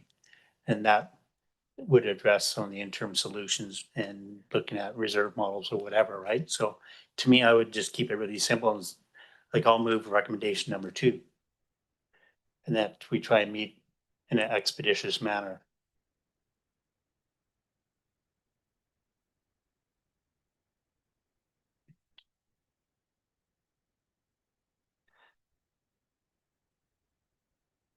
So then we just need to see if there's a second or if it's going to get defeated, that recommendation.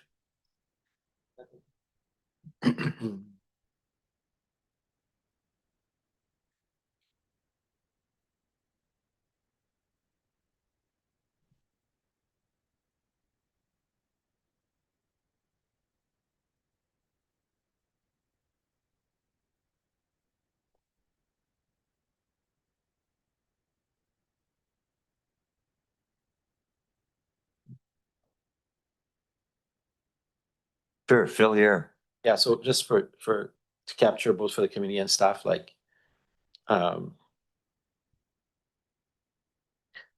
think this is good. The only thing that for me gets left out in all that is the Parks and Rec and active transportation bit, right? So active transportation, we can do some of it under the parks. Rec, I'm not sure. So that part of my longer term will not get addressed through this recommendation. I'm fine with it, because I've already outlined that in my own report. It's going to pop out again in 2 or 3 years. If I'm still here, I'm not going to lose track of it. But it doesn't get addressed unless we ended up, as part of strategic plan, reforming the whole ABC parks to do that kind of work. So I'm just leaving it there for now. It narrows, option 2 in terms of financial inequity, and that's a nice step forward for Area A today for sure. So did we capture the convening meeting piece? Okay. And that'll be sooner than later, within the next couple of months.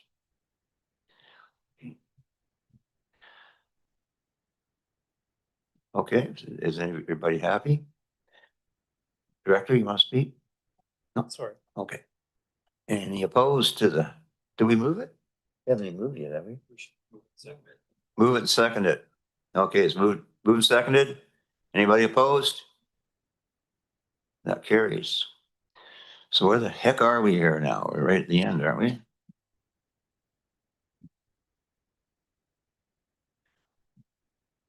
The dashboard, my favorite.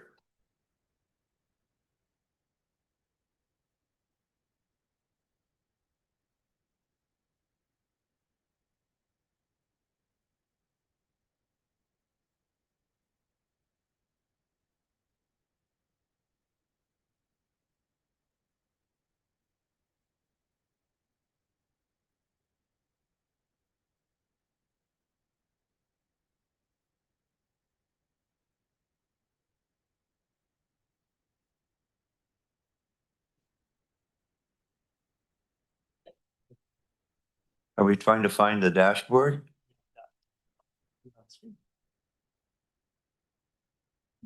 There it is.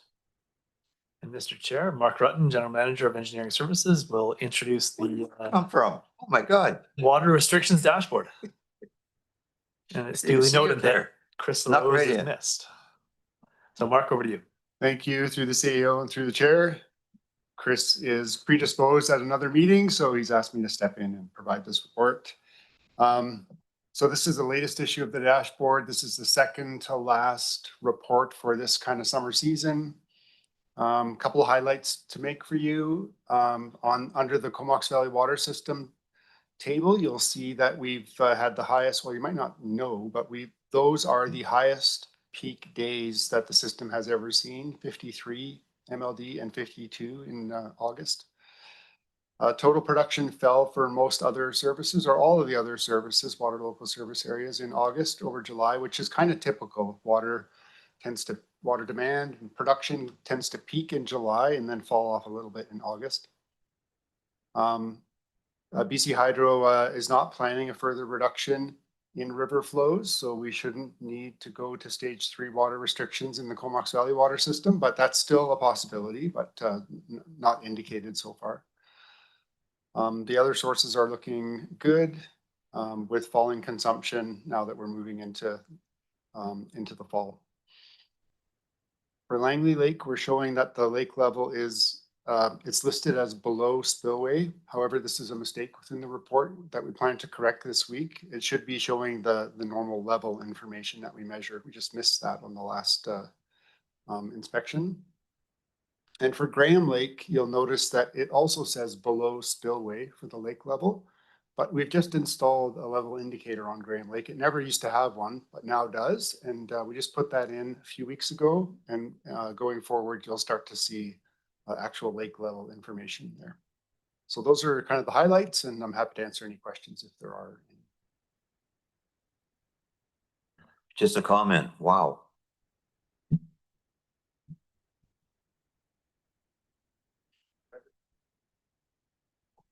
Yeah, thanks.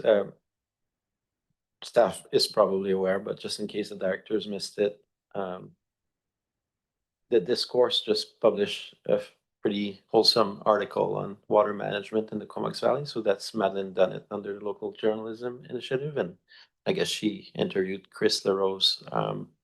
It's really nice to see that level of interest and detail because that's some good coverage. However, there were a few things in there that probably could be corrected, like that the Graham Lake doesn't provide water to all of Denman Island and things like that. So I know it's outside of control, but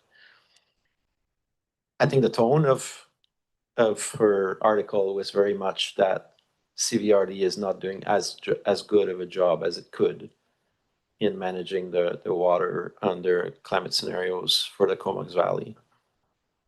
And while that might be an erroneous kind of view, based on perhaps not as educated as this table or other tables might be in our staff, I think it's a very common perception in the Comox Valley. And beyond that dashboard, what that article made me think about is it may be wise to start working towards really laying out all these water systems. Right now we're doing a dashboard, but doing some public scenarios, right? And of what for each of those water systems. And I know we have limited or varying information around each water system, but I think that article really signaled to me that those questions are only going to increase in the future. And it'd be nice to build some climate projection and water availability projections, even though there'll be some wide ranges in that, but it would probably generate better public understanding. And in the article, I could see almost fear that people have around the future of our water supply.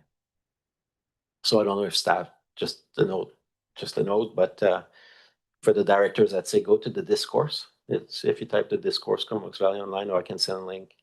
It's actually a really interesting read. She spent quite a bit of time putting that article together. Thanks.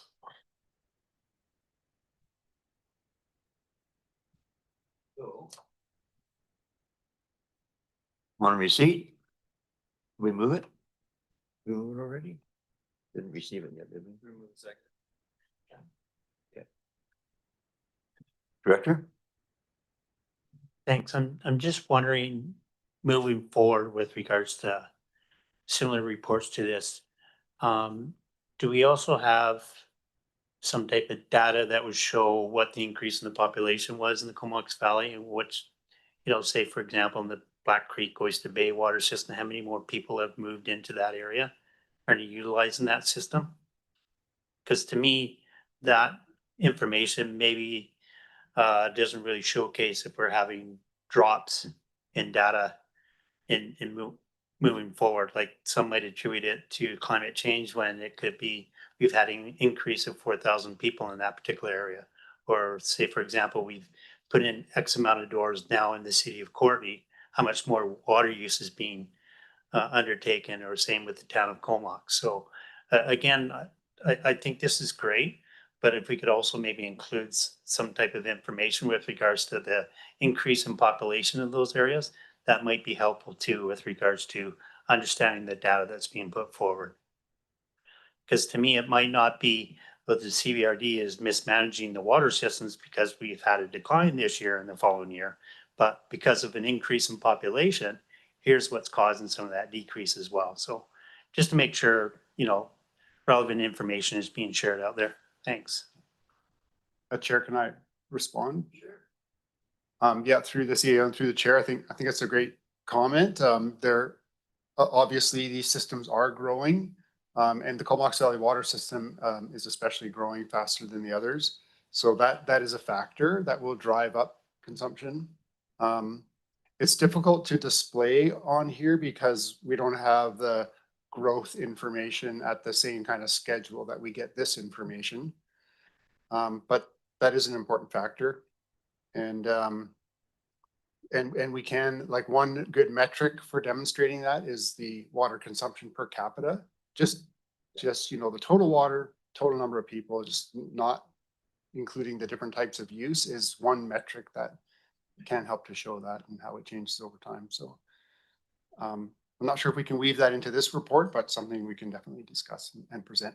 And one other report that is coming that will be of interest to mostly to the water committee, which I know you were all on, will be the water master plan, which is supposed to wrap up pretty soon, hopefully by the end of the year or early next year. And it's going to have a lot of information to share about you know, kind of the current state of the water system and also all of the upgrades and how those upgrades can be impacted by conservation.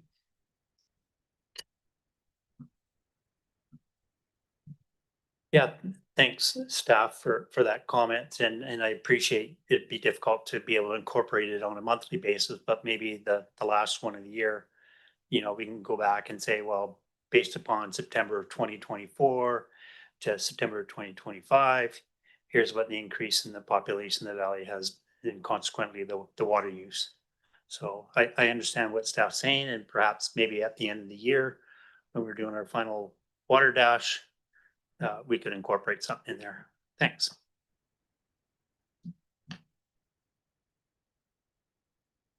Okay. Any opposed to receipt? That carries. We're not adjourning, we're going in camera, are we not? No. Aw.